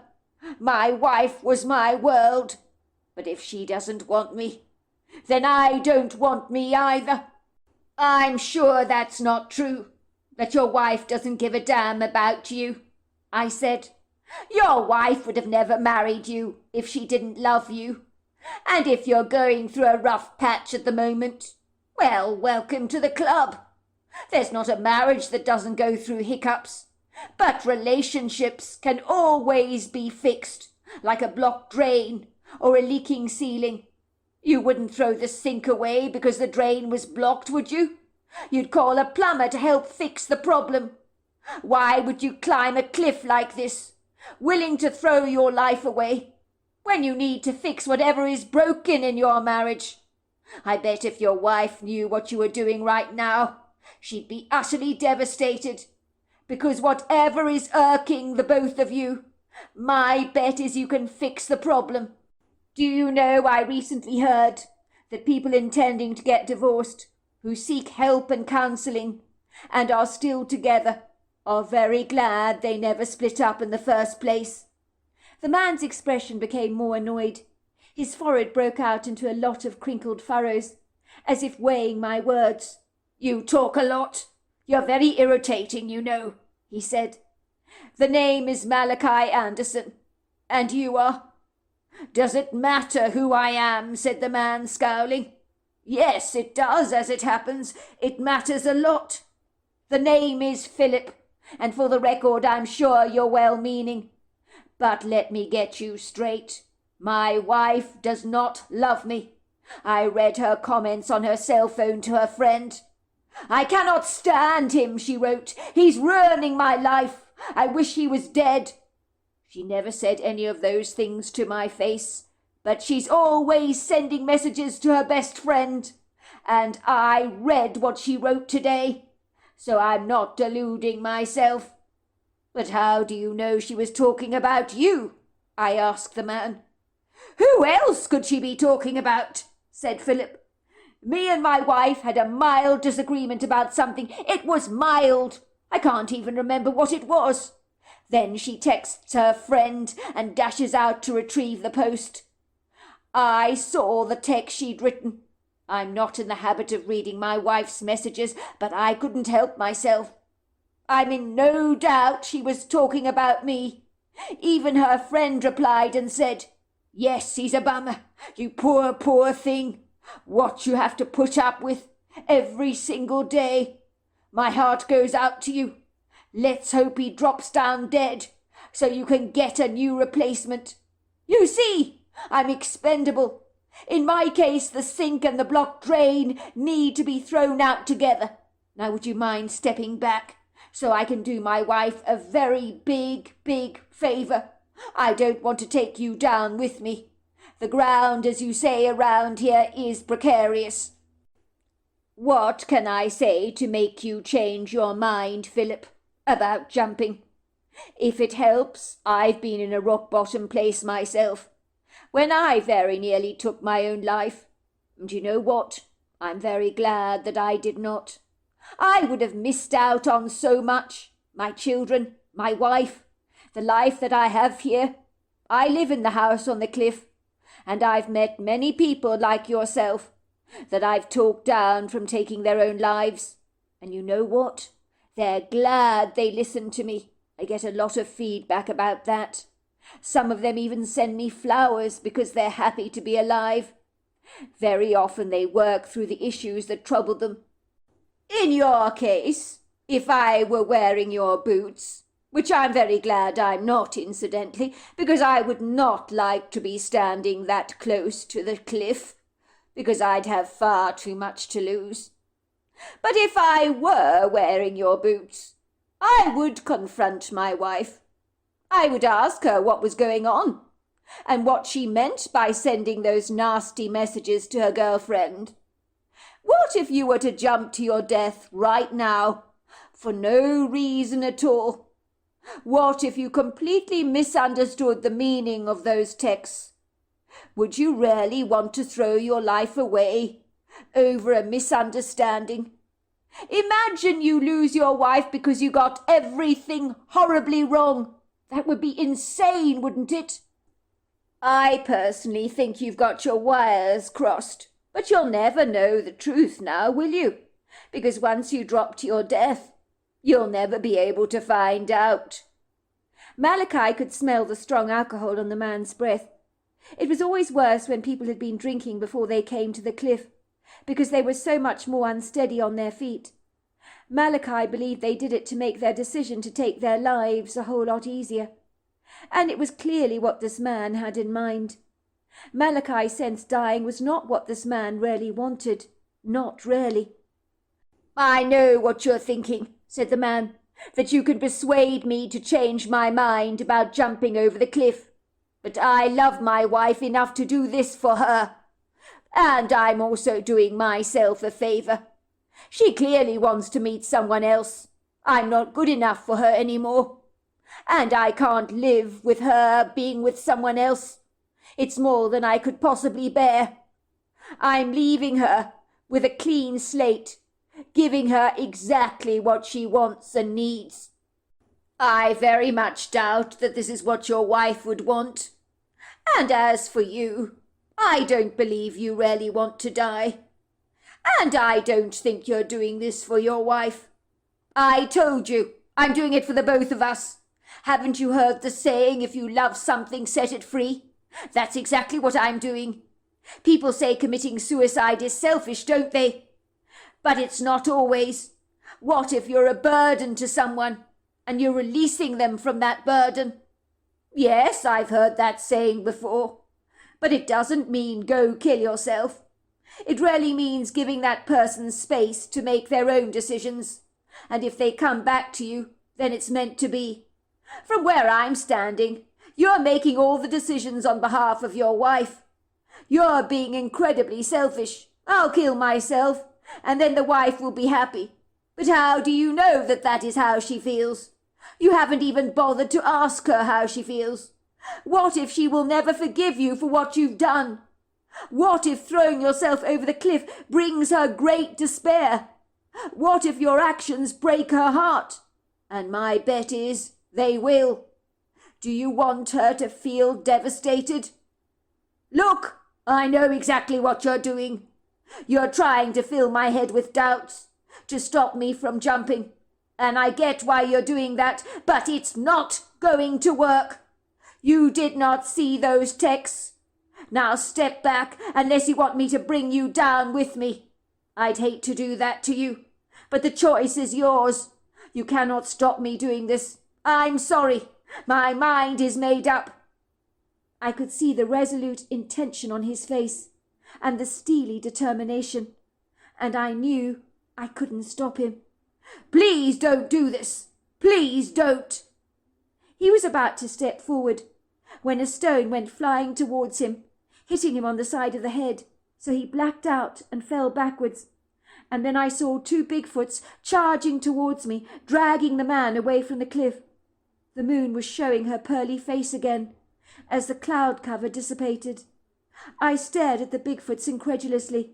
They had saved this man's life by knocking him out with a blow to the head and pulling him away from the cliff.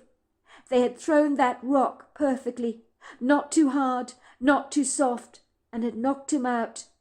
The Bigfoots were just like my son described, two very hairy men with overlong arms, bullet-shaped heads, and very noble faces with high cheekbones, deeply furrowed brows, flat noses, leathery skin, and the kindest eyes that I have ever beheld. "Kantikakwa hosonapa." Lucky we saw him, said the male Bigfoot to me. "Hakilanikwa ham santana hilanito." I could see he was intending to jump. "I'm so glad you heard me calling you in your sleep." "Alitola pasa." I thought you wouldn't get here in time. The male Bigfoot was speaking to me in a language that I did not understand, and yet I understood every single word. "Akilani kwasa." He didn't want to kill himself, bahilato, but he was still going to do it. He said, "Hilanikala." He was psyching himself up to do it. "Tolotakila." We needed to stop him. Thank you for your help, because if you hadn't intervened, I know he would have jumped. "Doloti, Doloti." "No, thank you," said the Bigfoot. "Doloni pasi, for all the people you've helped along the way." The male Bigfoot tapped me affectionately on the back. They gave me a look, nodded, and then both glided down the iron staircase to the beach below, and then they were gone, and I was left thinking, did that really happen? Did that really happen? I looked down at the man. He was out cold, so I called the emergency services. They asked me what had happened. I said that the man had attempted to take his life, and so he'd need to be placed in a psychiatric ward, and his next of kin notified. They asked me how he'd been knocked out cold, and I told him I wasn't sure. I pleaded ignorance. I was hardly going to tell them about the Bigfoots and how they'd come to my aid to stop this man from jumping. The next day, when I went to the hospital with my wife Leonora to see Philip for myself, I was surprised to see he was eager to see me. He had come around from his concussion. There was a bandage on his head. He asked me what had happened. "I was standing there talking to you on the cliff. I was about to jump, and the next thing I wake up in a hospital bed with a thumping headache, feeling very concussed and confused." I shook my head nonchalantly. "I had no idea," I said gingerly. "You were talking to me, and then you just dropped on the ground. You must have hit your head very hard, I lied. A woman in her early 50s with brown hair tied back in a pigtail and brown, cheerful eyes was studying me curiously, with an enigmatic, questionable expression on her face. She was holding Philip's hand, and the man was beaming from ear to ear, with a smile so large it was almost impossible to believe that a few hours earlier this very same man had gainfully attempted to take his own life. "This was the man I was telling you about, sweetheart," he was saying to his wife. "I believe if it wasn't for him, I'd have thrown myself off the cliff. No matter what he tells you, dear, I think he stopped my fall. I got the shock of my life, let me tell you, when he pounced on me in the middle of the night, asking me what the hell I was doing on the cliff.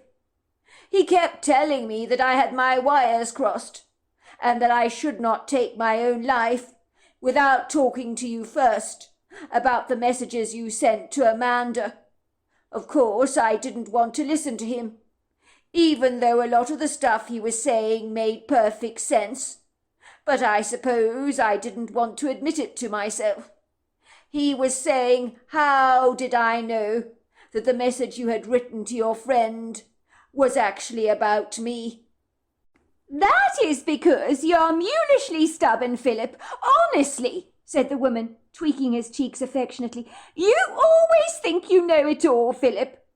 How could you ever possibly envisage that I would want to live without you? You are completely mad. We have the most incredible marriage.